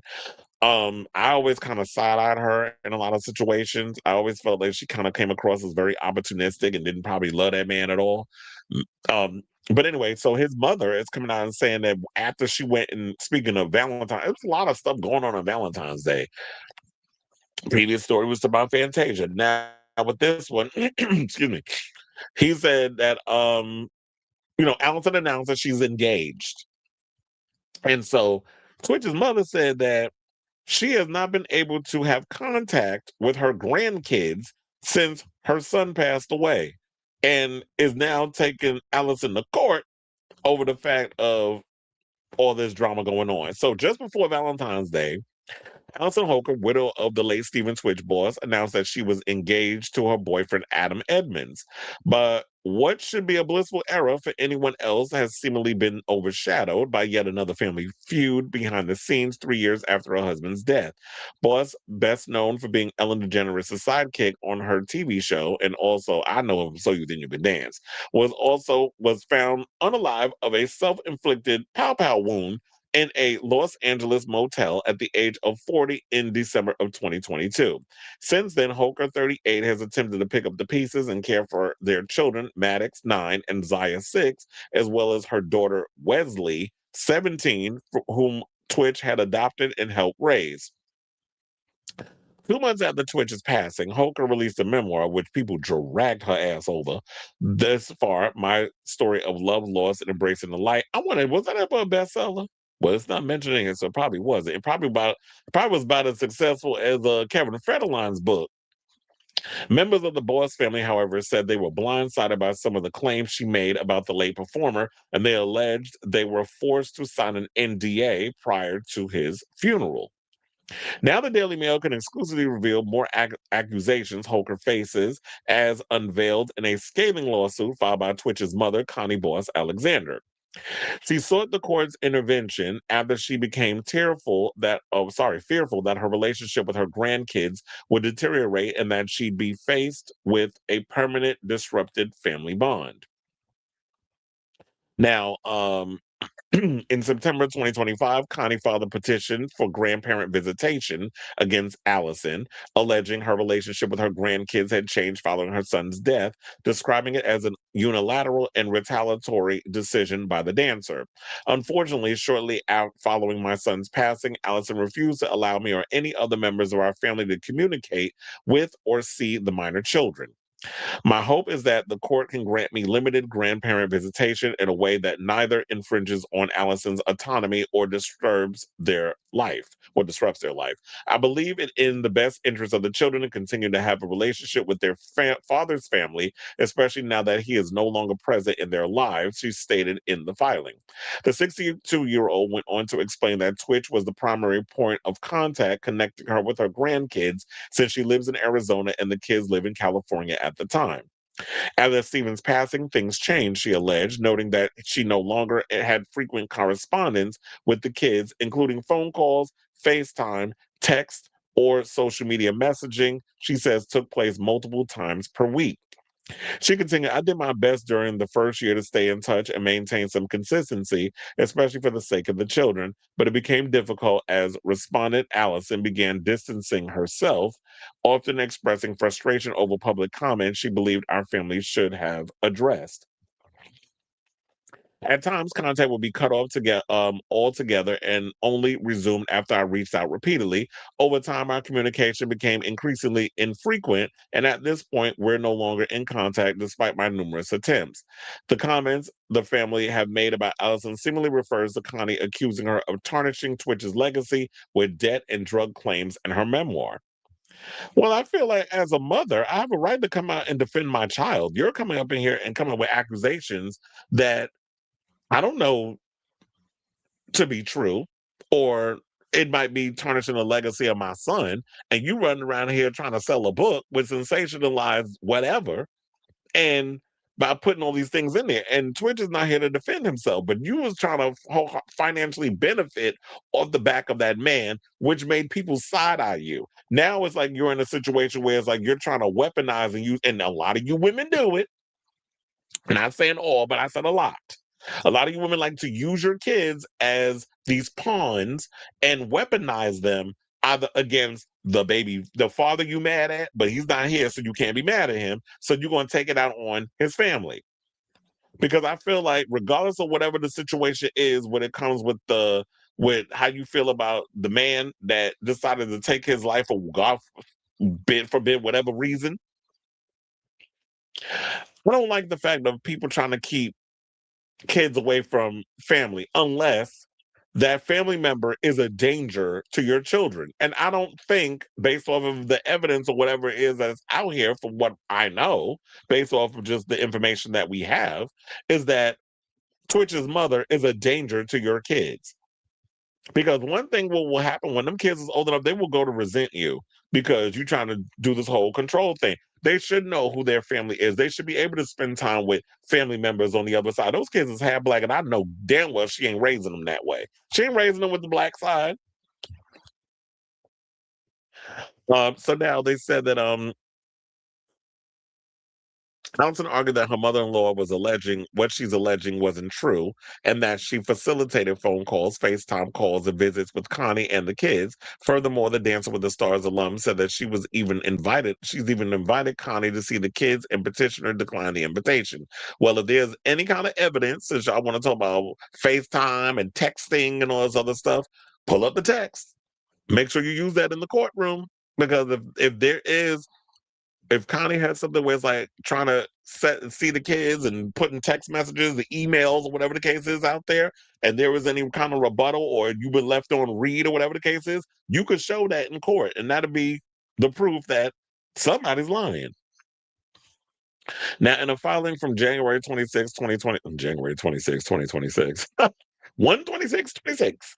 But Connie alleged that she was only invited to see the kids on 2 occasions in 2025 prior to her filing a petition. Once in February to read her son's her personal journals, and another time after Allison lawyer had informed her of the lawsuit filing. Allison, however, argued that she had invited Connie on numerous occasions, one of which was on Grandparents' Day in May of 2025 at Maddox's school. But Connie stated she couldn't take time off from work to attend, and also had numerous text and phone records as proof. But I'm like, if you want to invite me for the grandparents thing in May of 2025, maybe if you would let Connie know ahead of time, she probably would have been able to take the time off from work. But now she's saying she said she got numerous text and phone records. Okay, well, like I said before I read that line, that paragraph, show it in the courtroom. As seen in a text message sent by Allison, she wrote to Connie, "I've never hindered you from seeing the kids. Despite the continual public narrative to the contrary, the door has always been open to you anytime you want to visit." She continued, "I think it's also important to acknowledge that we've received no phone calls, FaceTime, text messages, emails, or any sort of invitation for the kids and me to see you in Arizona, which we are also happy to consider." Connor replied to the text message per the court document, "As I've shared from the beginning, you and your children have always been welcome to visit in Arizona. That has never changed. It was disappointing to receive a letter from your attorney stating that you've moved on and to learn of your relocation without any type of communication." Now, in Allison's response filing from February 2nd, 2026, she claimed Connie only called the kids once in 2025 prior to her filing a petition, and that it was on March 27th when she called to wish Maddox a happy birthday. She added if Connie had called to speak to the children between April and September of 2025, the children would likely have told her about our move, as they were very excited about it and told everyone. At all times, Connie has had all the children's contact information, including my telephone number and email and my assistant's email and telephone number. Another argument that they could not come to terms with, is the date that Allison moved the family from California to Utah permanently. Public records show that Allison's former home in Studio City, California, a 6-bedroom, 7-bath, was sold in September of 2025 for $4.75 million, months after it was put up for sale in April. Connie argued that Allison did not inform her that she moved to Utah and that she only found out through her Instagram account in August of 2025, but did not know if it was permanent or a temporary move. Well, who the hell knows if they're going to be permanent at some spot? It's like, I just moved. But now, she said, I was unaware that Allison had purchased a permanent residence in Utah until attempts to personally serve her were made in September 2025 after the filing of my petition. At the time, I learned the respondent purchased a custom-built home in Alpine, Utah for approximately $5.5 million. Well, she paid more for the new house than she got money for the old house. Contrary to Allison's claims, public records reflect that the property was not acquired until July 3rd. She even threw shade at the price he purchased, noting that Allison can afford litigation. Allison maintains an affluent lifestyle, as evidenced by her purchase of a $5.5 million custom-built residence and her frequent international travel, which includes traveling on private jets and visiting 5-star hotels.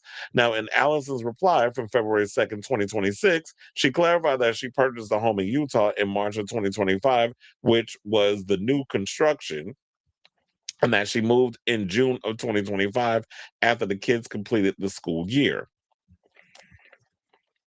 She also said in January 2026 Instagram photo of her in Dubai is a photo of a trip she took back in February 2025, which was a birthday gift from her then boyfriend, Edmonds, a CEO of a Utah property management software company. Well, that's probably where all the money's coming from. She even attached her plane ticket to the lawsuit as proof.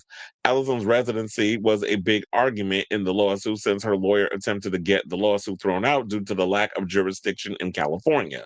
Connie, however, said that she filed in California because the children had lived in California for their entire entire lives prior to the move, and she believed in good faith that the court retained jurisdiction to issue orders concerning the minor children. Jesus Christ, this is a lot. Now, because the Daily Mail will give you a full fucking novel. In February 11, 2026, filing a minute order filed after the court hearing, the California court dismissed the case for lack of jurisdiction. The court finds California lacks personal and subject matter jurisdiction over Allison and minor children and ordered the entire action dismissed. Then they said in February 2025, a GoFundMe was created by Stephen's uncle, Alan Boss, who stated the fundraiser was started to support the Boss family financial strain or moving forward with a legal exploration since they had a lot of unanswered questions surrounding his death. By December 2025, the Boss family also raised over 48 grand and shared an update that the contributions were going towards litigation, saying, quote, as we begin to bring 2025 to a close, we want to circle back and share our deep gratitude. We have been careful about sharing updates due to the sensitivity of our family members. Your contributions are supporting us in some legal inquiries that could not be handled without you. We are keeping this fund open and we can share updates with in the new year. We will. Now, I'm like, child, that was a mouthful. I'm like, let me see how long this damn article was. Because I tell you, one thing about Daily Mail, and I joke about this a lot on the show, they will sit and give you a whole damn novel when they talk about this shit. 6 minutes. Felt a little longer that I was reading that. But anyway, so this is a mess. This is unfortunate. Hopefully they work it out. And I hate the fact when kids get caught in the middle of family dynamics where they don't need to be. But hopefully y'all gonna have a better chance of communicating with each other and maintain some type of cordial relationship for the sake of the kids. But I'll definitely keep abreast of this story as it develops, because it seemed like Twitch ain't rested in peace. Even though, that people do say that bad things happen if you take your own life. But whatever, that's if you were like a staunch religious nutbag and believe all that crazy mumbo jumbo stuff. But anyway, so I say all this to say, what do you guys think of this story? I'll definitely, like I said before, keep you abreast of this crazy family messy story as it develops. But in the meantime, I definitely want to hear from y'all. Let me know what your thoughts are in the comments down below.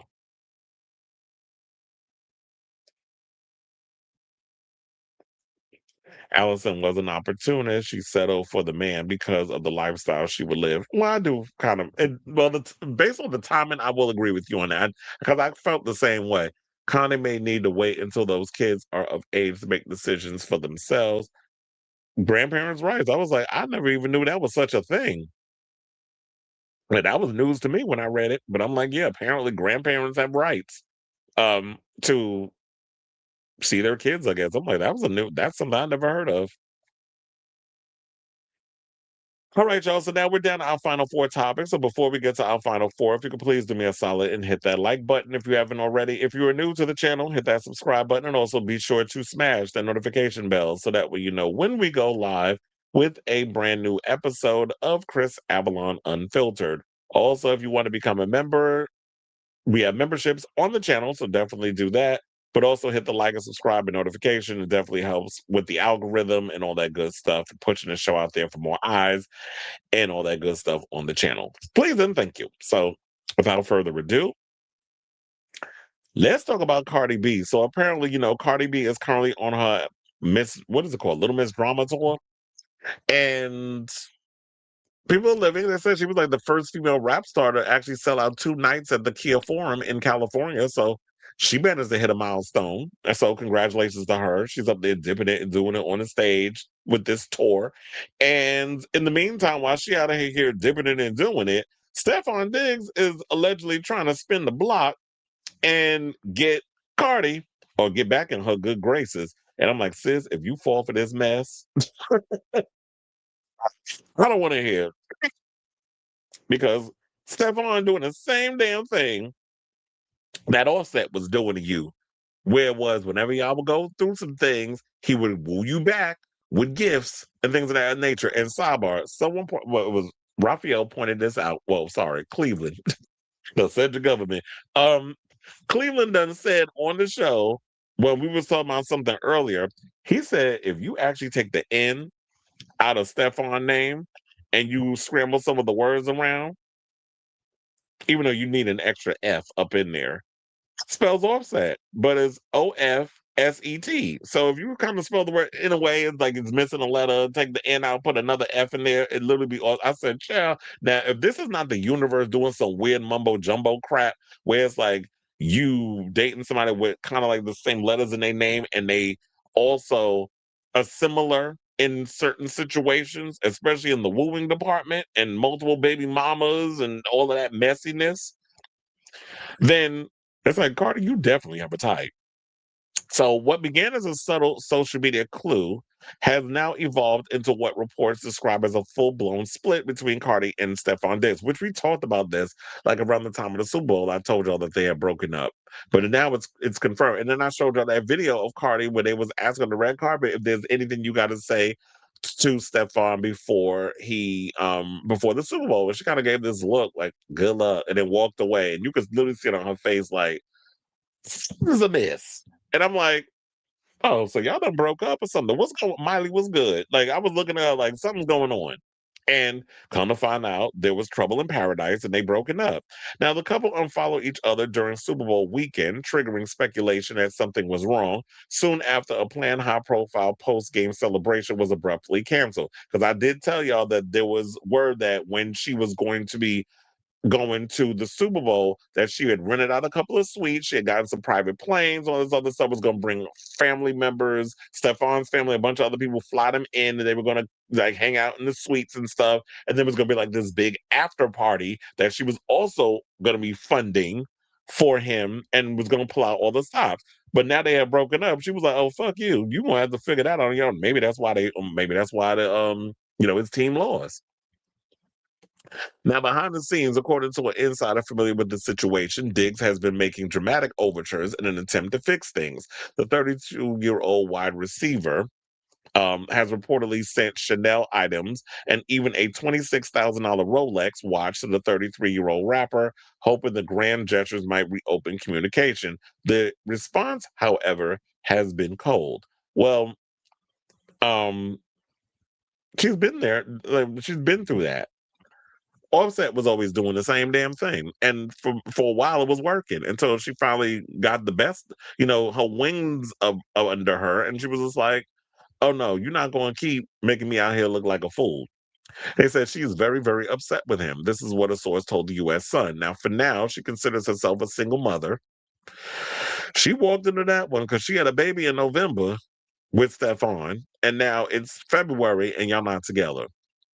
And she had pretty much they said, and she has pretty much put up a wall between them. She has been trying to do everything to talk to her. He's been doing Jesus Christ, what's going on? Okay. He has been trying to do everything to talk to her and see her, but she refused to see or even speak to him since Super Bowl weekend. The couple welcomed the baby together in November, making the situation even more complex, while Diggs is said to have access to see their child still. Cardi reportedly does not wish to be present during those visits. She doesn't want to interact with him at all. He can see their child, but without her present, as she is extremely angry and doesn't want him interacting with or trying to speak to her right now. Also, he is not allowed to attend her shows now because she doesn't want any drama or potential issues, even though it's called the Miss Drama Tour. He even tried until the last minute to get to her show support for his last court date, but she didn't answer him. She is putting herself and her son first over a toxic relationship and someone who has deeply disappointed her. Now, the unraveling appears to have accelerated around the Super Bowl. Cardi had reportedly organized an extravagant celebration tied to the game, allegedly spending around $1.2 million on flights, hotels, suites, and an after party. You spent all that money only for him to piss you off, and now you just had to throw away all that damn money. Well, I guess she'll make it back with this tour. Those plans were scrapped at the last minute after what sources described as a disappointing showing by Diggs and his teammates. Observers also noted the presence of several of Diggs' former partners at the stadium, because he had one of his baby mothers there. I think he had quite a few of them. And also a girl who was friends with his baby's mother who slept with Offset. Messy. So all of them was up in there, you giving pounds and kisses and all that other stuff up in there, and knowing full of so you being intentionally messy. So yeah, they said it was fueling rumors that tensions were already simmering. At the same time, insiders suggested that some of the team's significant others also weren't happy with Cardi behind the scenes behavior, adding another layer of strain. I think we also talked about on the show too that she was acting like a diva amongst all the, the footballers' wives and the girlfriends, whoever was there. Because it's like it's a harem of a lot of the women. They all sit together, get along, whatever. And Cardi allegedly was being a diva. Now, complicating matters further is Diggs' ongoing legal situation. The wide receiver pleaded not guilty last week to felony strangulation and misdemeanor assault and battery charges. So Cardi definitely know how to pick them. She going through it. And stand your ground. But if you're gonna keep dealing with, here's the thing, it just got to come a point. I mean, I know she's like a year older than him. She's like 33, he's 32. You got to grow up. I understand, like, a leopard never changes spots, and I know, like, girl, you still trying to hold on to the whole hood aspect, but it's like, sis, you're not even part of that world no more. You don't need to still try to perpetuate a lot of that. Leave all that shit behind. Start loving upon yourself. Have better sense of yourself. And in so many ways, stop running around here being a baby mama because it's not a good look. Like, you having all these kids with all these different men. And I'm not saying that we just gonna blame it on her because men, y'all just as messy with that too. Just as much as I going on Nick Cannon for being a mess, like I'm gonna get on her too. But and I understand she has the money, she's able to take care of these kids. But you have to realize money is not always the answer to everything. Yes, financially she can sit and take care of 4 children to have nannies or whoever to get these kids from point A to point B or whatever. But you don't want the drama and the mess that comes with having multiple baby fathers who keep treating you like shit because it's literally become a pattern with the situation you dealt with Offset and now you dealing with it with Stefon. It's like history repeating itself. At some point, you got to kind of look at yourself and think, and yes, pun intended, am I the drama? So I say all this to say, what do you guys think of this story? Because this is the latest. Sort of multiple things. The Sun was talking about it, Monica was talking about it, and yeah. So Cardi, I mean, this is a good grist for your mill for the music, but you gotta stop being so damn messy. So and having these kids caught up in all this mess too. So let me know what your thoughts are on this story in the comments down below. All right, y'all. So now we got more mess. This might be the last mess. It might be. Let's talk about this old stunt queen Ray J. So apparently he was out here faking it because some people was talking about why does this boy got blood coming out of his eyes while he on stage performing, and then he had this heart monitor on his chest, which I'm like, is he about to have like a situation on his stage and got people freaking out? Well, apparently, according to somebody in the know, Ray J was out here pulling stunts, which is kind of like, pathetic because it's like, damn boy, we can't even take nothing you do seriously. And I kind of side-eyed it for a while because there was also a situation when he was on that hospital bed when he first was talking about I only got like my heart's beating at what was it, 20% or whatever the case was. And you got them taking videos of you in the hospital. I was like, well, everything ain't content. Everything is not a stunt. But according to Ray J, because he needs attention, that's literally what it's become. So the One Wish singer prompted concern over Valentine's Day weekend. Just told you everything was happening on Valentine's Day and the weekend surrounding it. At the attendees of his intimate February 14th Shreveport, Louisiana concert noticed blood dripping from his eyes and heart monitor during his performance. Now, days later, footage obtained by KTAL6 seems to show the musician applying a substance to his face before stepping out on stage. In the same report, a photographer who was working at the event told the local outlet that the fake blood was all part of Ray J's plan. He loves the camera. He loves the attention, said the photographer, identified as Tommy Nard II. Anybody that knows him, it's all theatrical. Nard added that while watching Ray J prepare for the show backstage, he was confused by the musician's decision to apply the fake blood. I'm behind the scenes like, what are you doing? He recalls. So I literally saw him put on the fake blood and go out there with the crowd, which is very shocking that he would do something like that. A rep for Ray J did not immediately respond to Entertainment Weekly's request for comment. Now, ahead of Ray J's Saturday performance, the singer and reality star You got to put reality star over singer because he be pulling these same goddamn stunts. Like him and Tamar Braxton be in the same bracket with that, where y'all literally y'all got so much talent. Ray J is very talented. He's from the same. I mean, he's from the House of Norwood, but Brandi we already know is the bigger star. He got pipes. If he actually, as Brandi said, if he drink them teas, I be making, that I be drinking, the voice really be popping, but he don't be taking care of it. He be drinking, he be out here being a mess, smoking and all this other stuff, which we see has apparently, according to him, affected his health. But now it's hard to believe if you really do have any kind of medical ailments because everything you do is a stunt. So God forbid if something actually happens to you on stage and if you do have heart issues and you out there singing One Wish and then all of a sudden you drop dead on the floor, people gonna be thinking, oh, Ray pulling a stunt. Ray out here being, oh, it's a joke. And then all of a sudden, they could have been up there giving you CPR. They think you joking. And then by the time people actually realize, oh no, this ninja is for real, it's too late. He been down on the ground too long. You only got like what, 5 minutes to get somebody before they pronounce dead, or was it 7 minutes? So I don't think playing with medical stuff is funny. It's not a joke.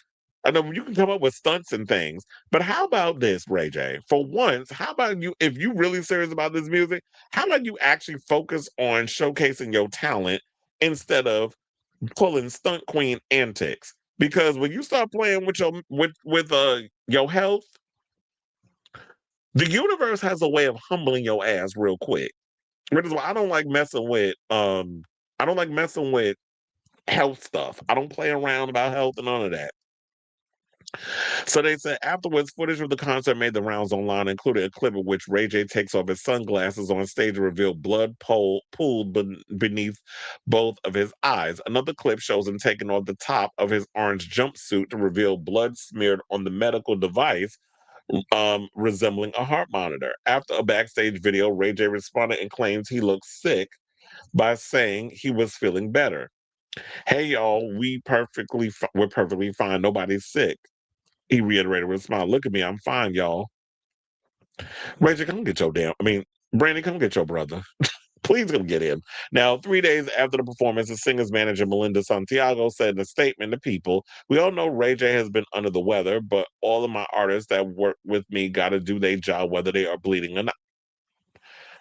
Oh, this bitch didn't fix her mouth. Even though we kind of found out it's a joke, I know you did not fix your mouth to say that. It was like, but all my artists that work with me got to do their job, whether they are bleeding or not. So you want your artists, if this was for real, you want them to just drop dead on the stage because they got to do the job? So, yeah, they said the Shotgun Live show just came a month after the artist just made headlines when he announced that he has only 1 year left to live.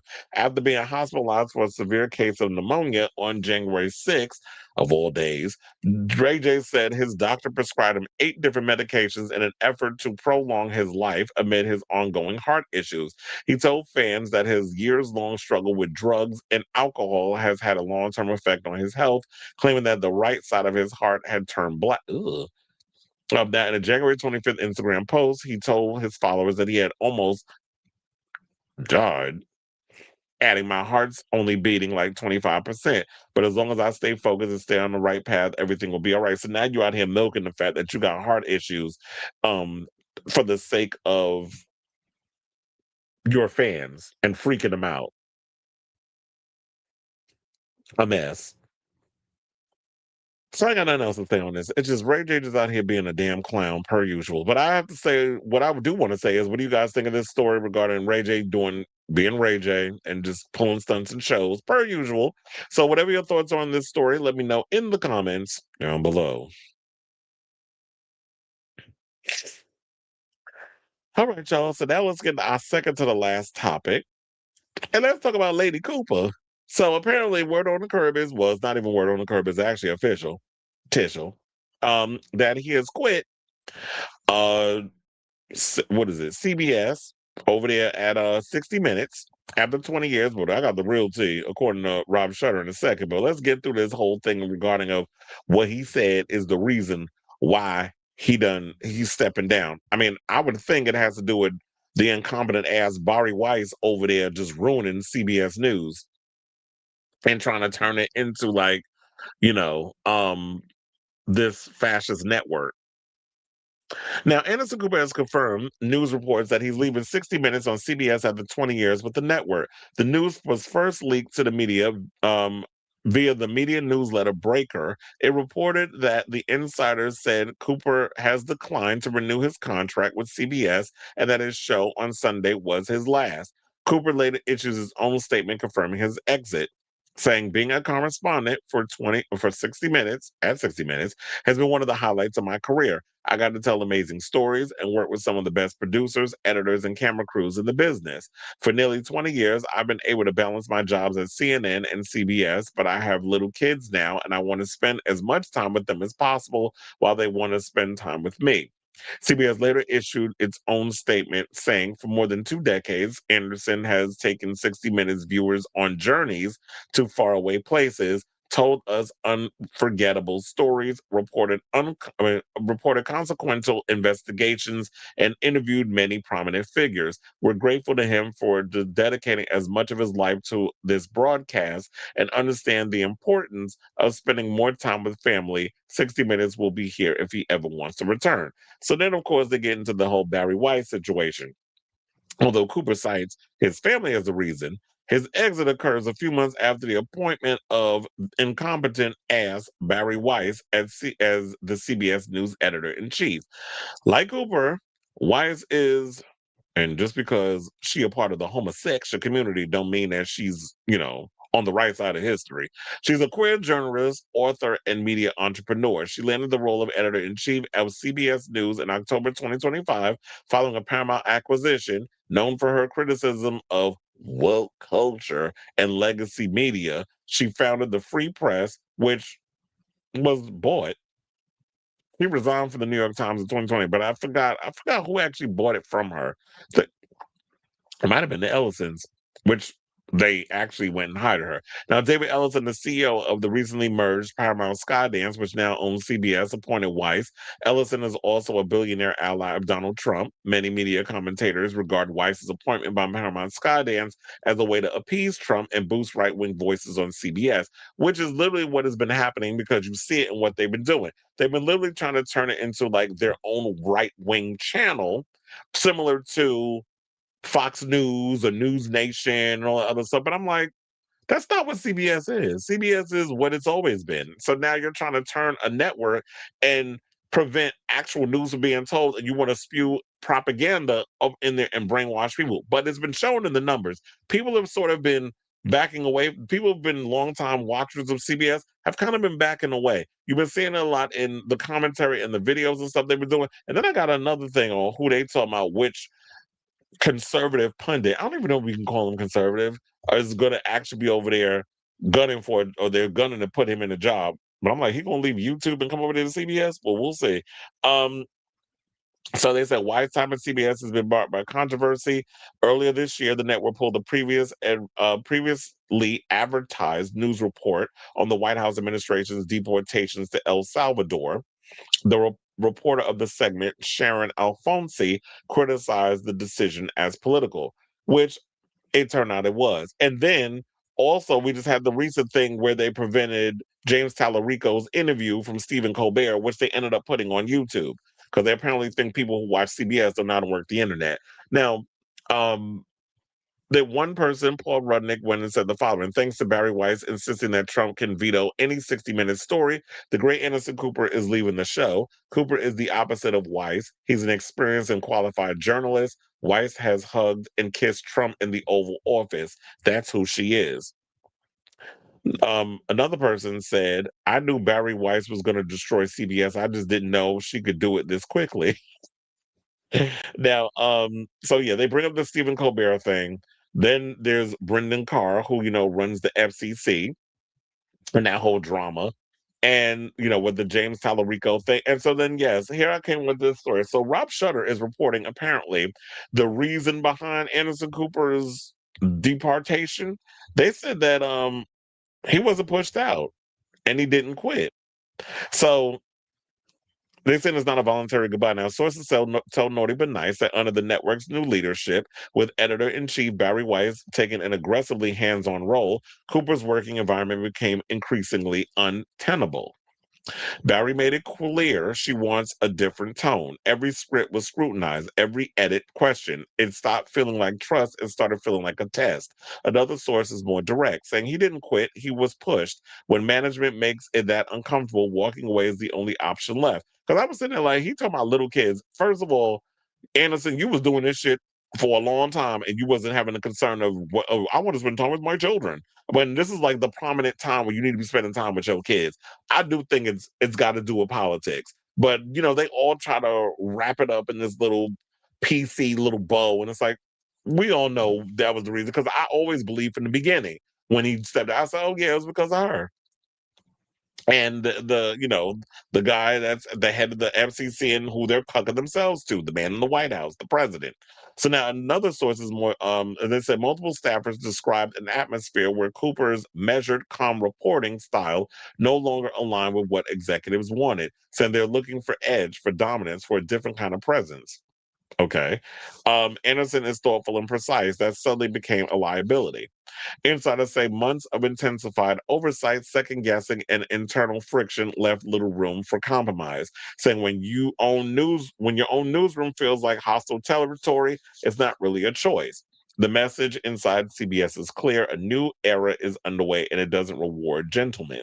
So yeah, I guess what they want to do is they want to compete with the internet, because you have a lot of people who are on social media who act like they have a background in politics or understand politics and have a journalism degree when they don't. They're just people with an opinion and just cut themselves to whoever because they want to be a part of the a certain group or be in the group chat or whatever the case is.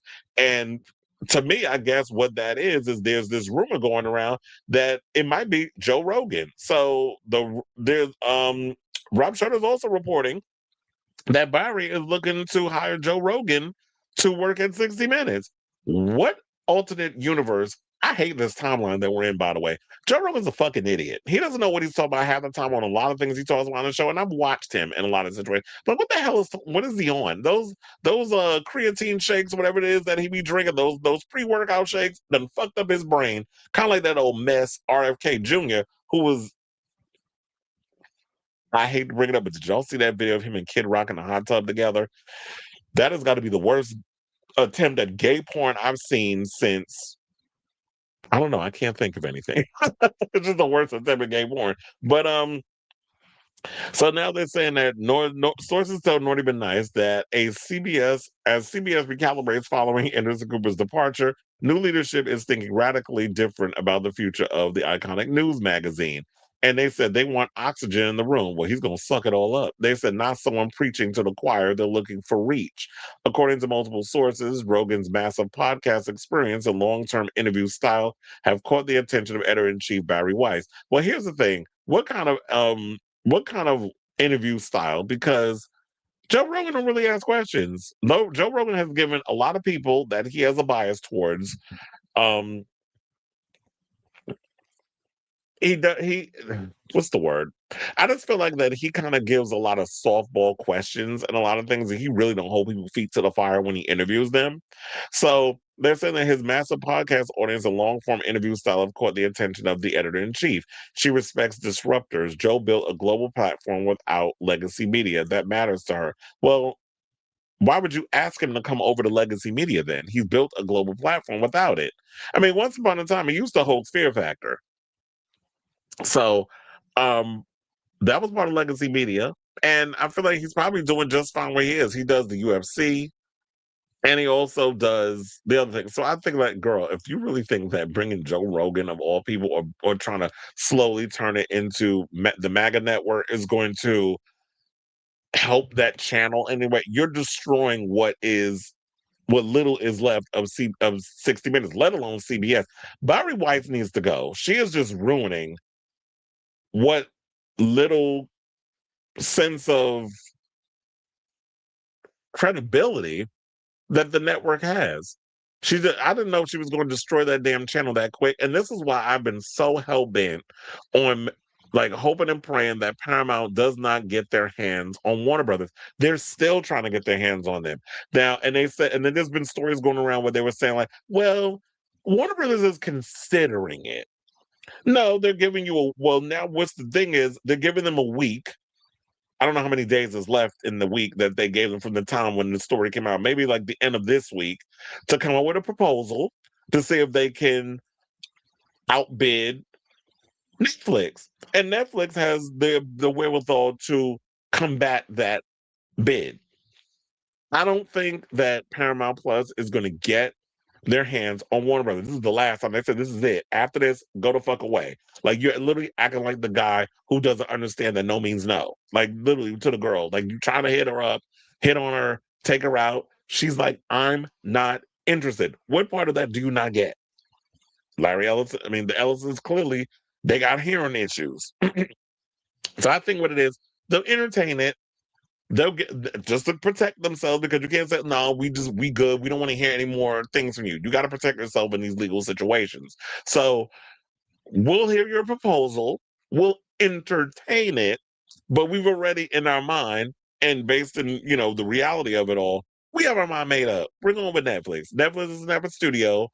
And we know what you're trying to do. You want all of it so that way you can get your hands on CNN, which I don't understand what's the point of you wanting to ruin CNN any more than it's already ruining itself, because as long as they keep having these morons like Scott Jennings and his smug-looking ass sitting up there on that panel spewing his bullshit every single chance he gets, we don't need a Barry Weiss to come up in there and ruin CNN. They're already doing the work for him. So I don't understand the need to want to do it. They want to cross the aisle and talk to these psychopathic Republican, extremists, if you want to call them that. So, so that's what it is so far. So yeah, Anderson Cooper is somebody that he's leaving because he wants to spend time with the kids. It's nice that you want to blame it on the kids, but in reality, I do feel like he doesn't like the change that's happening within media, especially these political people and oligarchs and business people in corporate spots coming in and allowing politics to infiltrate how journalism is told in a country that's supposed to be about democracy. So I guess he don't want to be a part of that. So I think a lot of people feel like, well, I'm gonna just quit. And then who knows? Maybe Anderson, but I don't know if he's that interesting enough to even pull something off like this. Like maybe go in the direction of a Joy Reid or a Don Lemon and do your show on YouTube. But I don't know if Anderson gives off the wherewithal of people wanting to be interested in watching him on YouTube. I don't think he has that je ne sais quoi that a Don Lemon has on, the personality. Because remember, once upon a time, he tried to do the talk show thing. Didn't work out for him. So I say all this to say, what do you guys think of this story? Whatever your thoughts are on this story regarding Anderson Cooper, let me know your thoughts in the comments down below.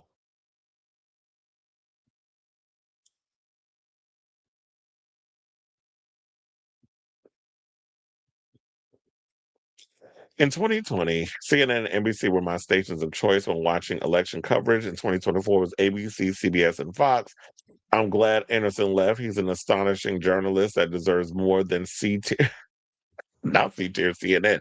But oh yeah, then I was hearing a story. I meant to mention that in the thing, but yeah, I'm hearing word on the street is that if this doesn't work out, that Comcast might be looking to sell NBC Universal. NBC Universal is floundering right now. Yeah, they're doing well because of the Olympics, but a lot of the programming they have on there, people really aren't engaging with it. And to be honest, even though I'm paying for Peacock, there's not really much on there worth watching except the trailers and a couple of movies they drop on there. Speaking of which, I think on Friday they're supposed to put Wicked for Good up on the streamer. So I'll finally get around to watching it because I already said I wasn't paying to rent it. Also, I just heard Kill Bill, A Whole Bloody Affair, the full 4-hour stitch part 1 and part 2 together. You could actually buy it. It's available to own now. So I want to buy that because it's like $20. So I'm planning on buying it and having it in my part of my collection because I actually liked seeing it when it was a movie. I was like, damn, this movie's long. I didn't get out of the theater until midnight when I went to go see it. But because I think I went to see it after work. So I finally got around to saying, I was like, okay, I'm tired. I'm ready to go home. And now I'm glad I'm able to finally own it. So if I want to sit pop it on anytime, then great. But yeah, so the whole thing about I don't know if I mentioned it, or because I've been going off on different tangents. But they're talking about that Comcast might be looking to sell NBC Universal, and that Peacock and Paramount Plus might merge as a full streaming service because they're both kind of floundering right now. So they might actually merge and become one. I don't know how I feel about that. I don't like the idea of them trying to own anything because them all trying to swallow up all these different networks. I'm not really feeling, but Warner Brothers, I really don't want Paramount to get their hands on. It's like hell no. Joe Rogan, unlike the other bro podcasts, is the only one that hasn't regret the Trump vote and hasn't invited progressive voices. He's like the Megyn Kelly Mill. Yeah, and that's another thing too, is that and that's probably why Barry's interested in him. Because Joe Rogan, he'll kind of straddle the fence when it comes to certain things Trump does. But the fact of the matter is he gets to personally text the president and the vice president and RFK Jr. and Elon Musk. So he's not gonna really go in on those people because he's in the club. Once he's one of those groupies that be on the outside that always want to be in the club with the elites. Now he's in there, he's compromised. So he's not gonna come in and act like, say like what have the regrets like a Andrew Scholes and all these other people have come out and said, "Oh yeah, I regret giving him the platform and seeing like where the country has become and all this other stuff." Now, do I believe it from the other people? I'm still side on it because I'm like, y'all created the monster. Y'all tried to humanize this man over all the chaos that he was creating, knowing full on well that he was a 30-something plus convicted felon. Y'all played it up and all other stuff, and now you want to sit and be like, "Oh yeah, I fucked up. My bad." I was like, no, that's not enough. Wallow in the shit is what I say. You made your bed, now lie in it.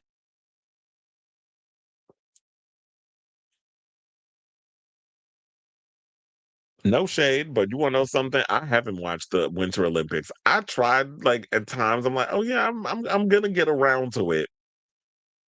I don't think I've ever really cared about the Winter Olympics or the Olympics in general. I always try to get in and be like, oh yeah, I'm gonna get into it. I'm gonna watch it, whatever. Now here's the thing: when I'm at work and it's on the TVs in the break room, and I'm sitting there eating my food after I came from the gym, and I'm conversing with my coworkers, and it's on the television, I'll glance up and I'll watch because everybody's engaged. But me literally sitting there having the Olympics on, I don't care enough. It's like, where I work, when I'm at the Garden with hockey and basketball, tomorrow I'm working the Knicks game. So it's like, I think they're playing the Detroit Pistons tomorrow. But it was like with that and then baseball season's about to start. I'm so engulfed in working in sports and stuff. When I'm actually able to sit at home, I don't engage as much because I'm like I'm in it in the in the real world. I'm engulfed in dealing with live sports entertainment. Madonna's getting dragged because she set her. Oh yeah, I heard about that. But look, shit happens. That's all I'll say on that. All right, y'all. So now let's get into our final topic.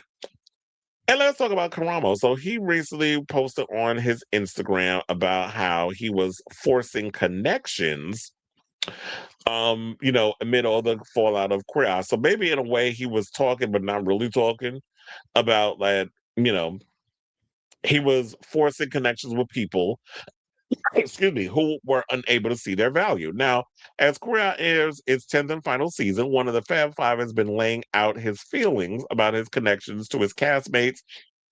Excuse me, Karamo Brown hasn't been shy about his rocky relationship with the rest of the Fab Five. In a new video uploaded to Instagram on Tuesday, he said that he would force connections with others because of his abandonment issues related to having a homophobic father. See that, Shia? Maybe you need to come in and watch this video, maybe learn something. But I do have the video. I didn't click on it because I wanted to have it like fresh for y'all to hear. So hold on. We are on his page. Where is the story? Oh yeah, here it is. We're gonna play it. We're gonna come back and talk. Hold on, let's play it again.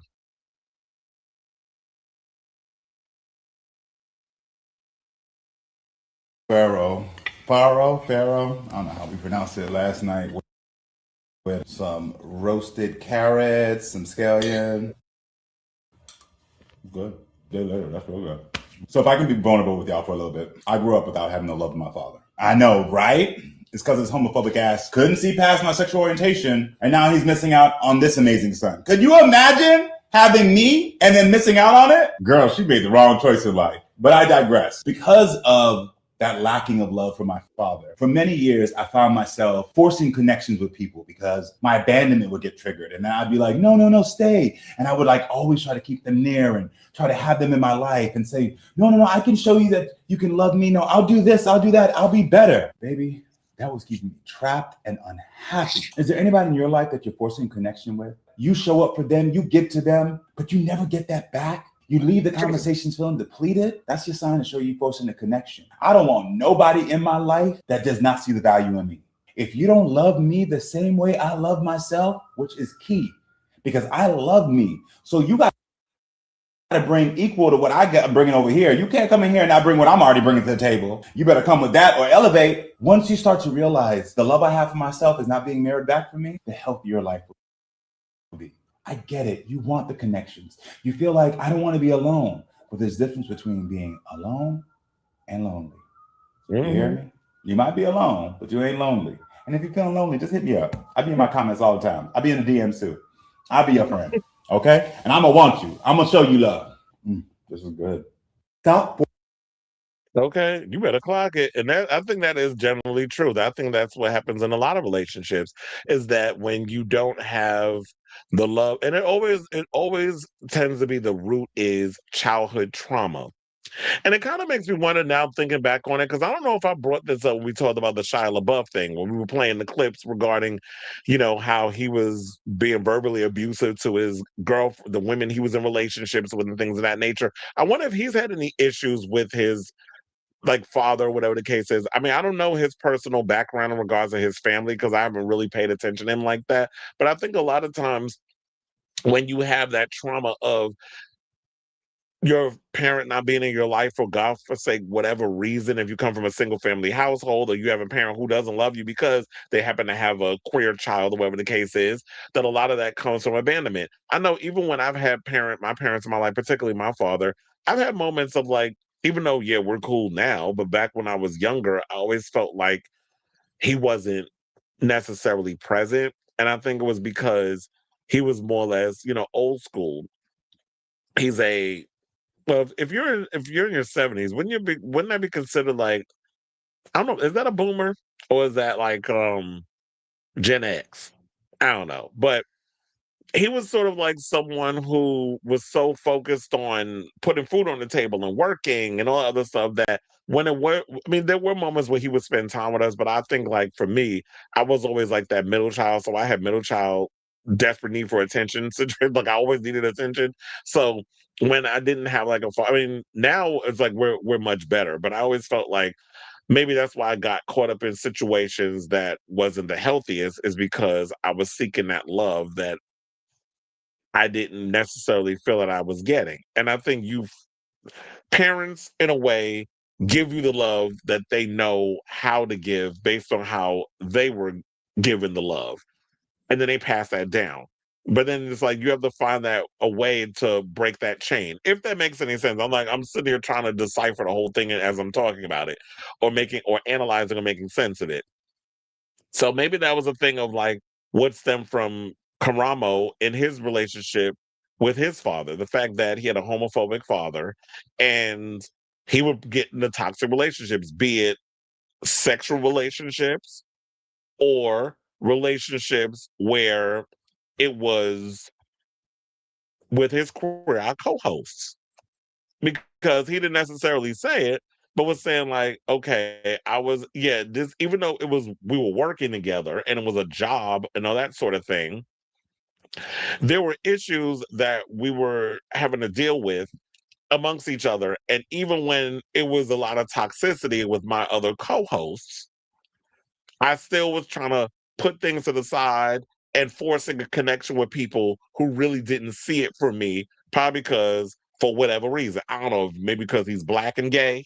Because you know how some of these white queens get when it comes to having to mingle with someone who is another, even though the only thing we do have in common is that we're men and we rhymes with maggots. So, but it's like, but you're not white, so you can't relate to us over here. You can't get into the things even with us. And we already know, like, I'll get from Tan. Tan always gave me, like, he be wanting to tap dance for them white folks over there. So she not like us, even though she a brown girl. I never felt like she was not like the other girls. I didn't particularly care for her. But then again, thinking about it that way, how does it explain like why Bobby Burke didn't get along with the cast as well? So we can't speak on his experience. All I can do is speak on what Karamo's talking about and him and analyzing what he was saying without necessarily saying it. Like, what are you implying? Like, in regards to that, like when you're saying like the relationship thing, are you also including the drama that you had to deal with your queer eye cast? But I guess for now, we're just going to have to speculate until he's ready to fully come out and speak on what had happened behind the scenes of that show that caused him to be like, to protect my mental health, I can't be dealing with you toxic assholes anymore. So I'll say all this to say, what do you guys think of this story regarding what Karamo had to say? Like, I definitely agree with him on top of that. Now, I wonder, since y'all was allegedly hating on Karamo over some of the advice, do y'all feel like that advice wasn't good enough? Not y'all, but remember the co-host allegedly what they heard on the hot mic is that they didn't like some of the advice he was giving. Well, there he was giving some good advice. So I definitely want to hear from y'all because that's like some deep thinking trauma from your childhood type mess you got to think about and with unpacking all of that and what he was insinuating in his Instagram video. So yeah, I definitely want to hear from y'all. Let me know what your thoughts are on this story in the comments down below.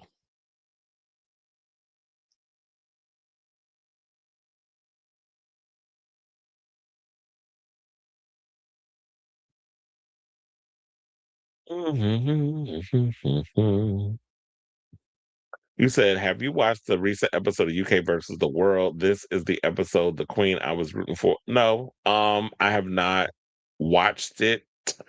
I'm definitely going to check it out tonight. Yeah, I didn't get around to it yesterday. I'm learning some other stuff. Trying to catch up on some other projects. But yeah, I mean some other shows and things. But yeah, I'm definitely gonna check it. You said yes, a 70-year-old would be a baby boomer if he was incarnated after World War II, then he is part of the baby boom. Okay, well, yeah, my grandfather was born in the 30s, not fertilized. Oh, you said if he was fertilized after oh yeah, fertilized. It said, another side note, have you heard Lana's newest single? It's so good, the best song she's released in the 2020s. I'll say, if you like Goldfrapp's first album, you'll like it. What was that first album called? Head First? No, I haven't heard about it yet. I haven't heard the song yet because I didn't even know Lana Del Rey dropped a new single. I told you, I've been out of it lately when regards like the new music. I gotta keep up. Sometimes I'll be scrolling through my Apple Music and I'll be like, wait, this person drops some music? But I already know March. I'm scared because so much new music is coming out in March. So it's gonna be a heavy month for, a lot of artists dropping new. I think Peaches drops her album on Friday. I gotta double check with that. Hold on. Let me check. Because I know she dropped, first of all, she dropped a new song. I think she's supposed to premiere a new video with Jimbo from Drag Race. So I did see that. But it's a new releases. Well, I don't have that in there yet. They're gonna say coming soon. .net. Well, yeah, we got Slater coming out with a new album, Cobra coming out with a new album, Melly Martinez, we got Robert, and this is all next month. I think Blackpink album is supposed to be coming out February 27th. That's next week. Peaches, No Lube, So Rude. When's that coming out? February, yep, 2 days. That's what I said. I knew I was right. Jessie Ware got a new album coming out, but that's not until April. Then we got Ladytron got a new album coming out next month. I'll tell you, so many artists are coming out with new music. Um, yeah, so there's a lot of music coming out. So it's gonna be It's gonna be busy months for me to be listening to music. But meanwhile, where's the new Madonna album? What's going on, sis? What's taking you so damn long? Aperture came and went. I'm afraid Harry might have his first flop. Oh yeah, funny enough, I forgot all about that song. It was cute. Maybe he'll be able to look. Maybe he'll be able to sell it with the residency, or he might need to bring them prices down. I did see that Robin added a second show to the Barclay Center, which I'm definitely going to see if I can get a ticket to that. But I know September is going to be crazy busy for me. The fourth album curse applies to male pop stars too. Okay, I guess so. All right, y'all. So now it looks like we're at the end of the show. Thank you all for tuning in to the latest episode of Chris Avalon Unfiltered. If you have not already, please hit that like button. If you are new to the channel, hit that subscribe button. And also be sure to smash the notification bell so that way you know when we go live with a brand new episode of Chris Avalon Unfiltered. So I want to thank you all for tuning in. Thank you for kicking in with me in the comments. Thank you for your participation. Thank you for your continued support. Thank you for spending almost 4 hours hearing me run off with the damn mouth. That means you like me. You really like me. So anyway, I kid. Love you all. Love your pretty faces. And until next time, ciao, darlings.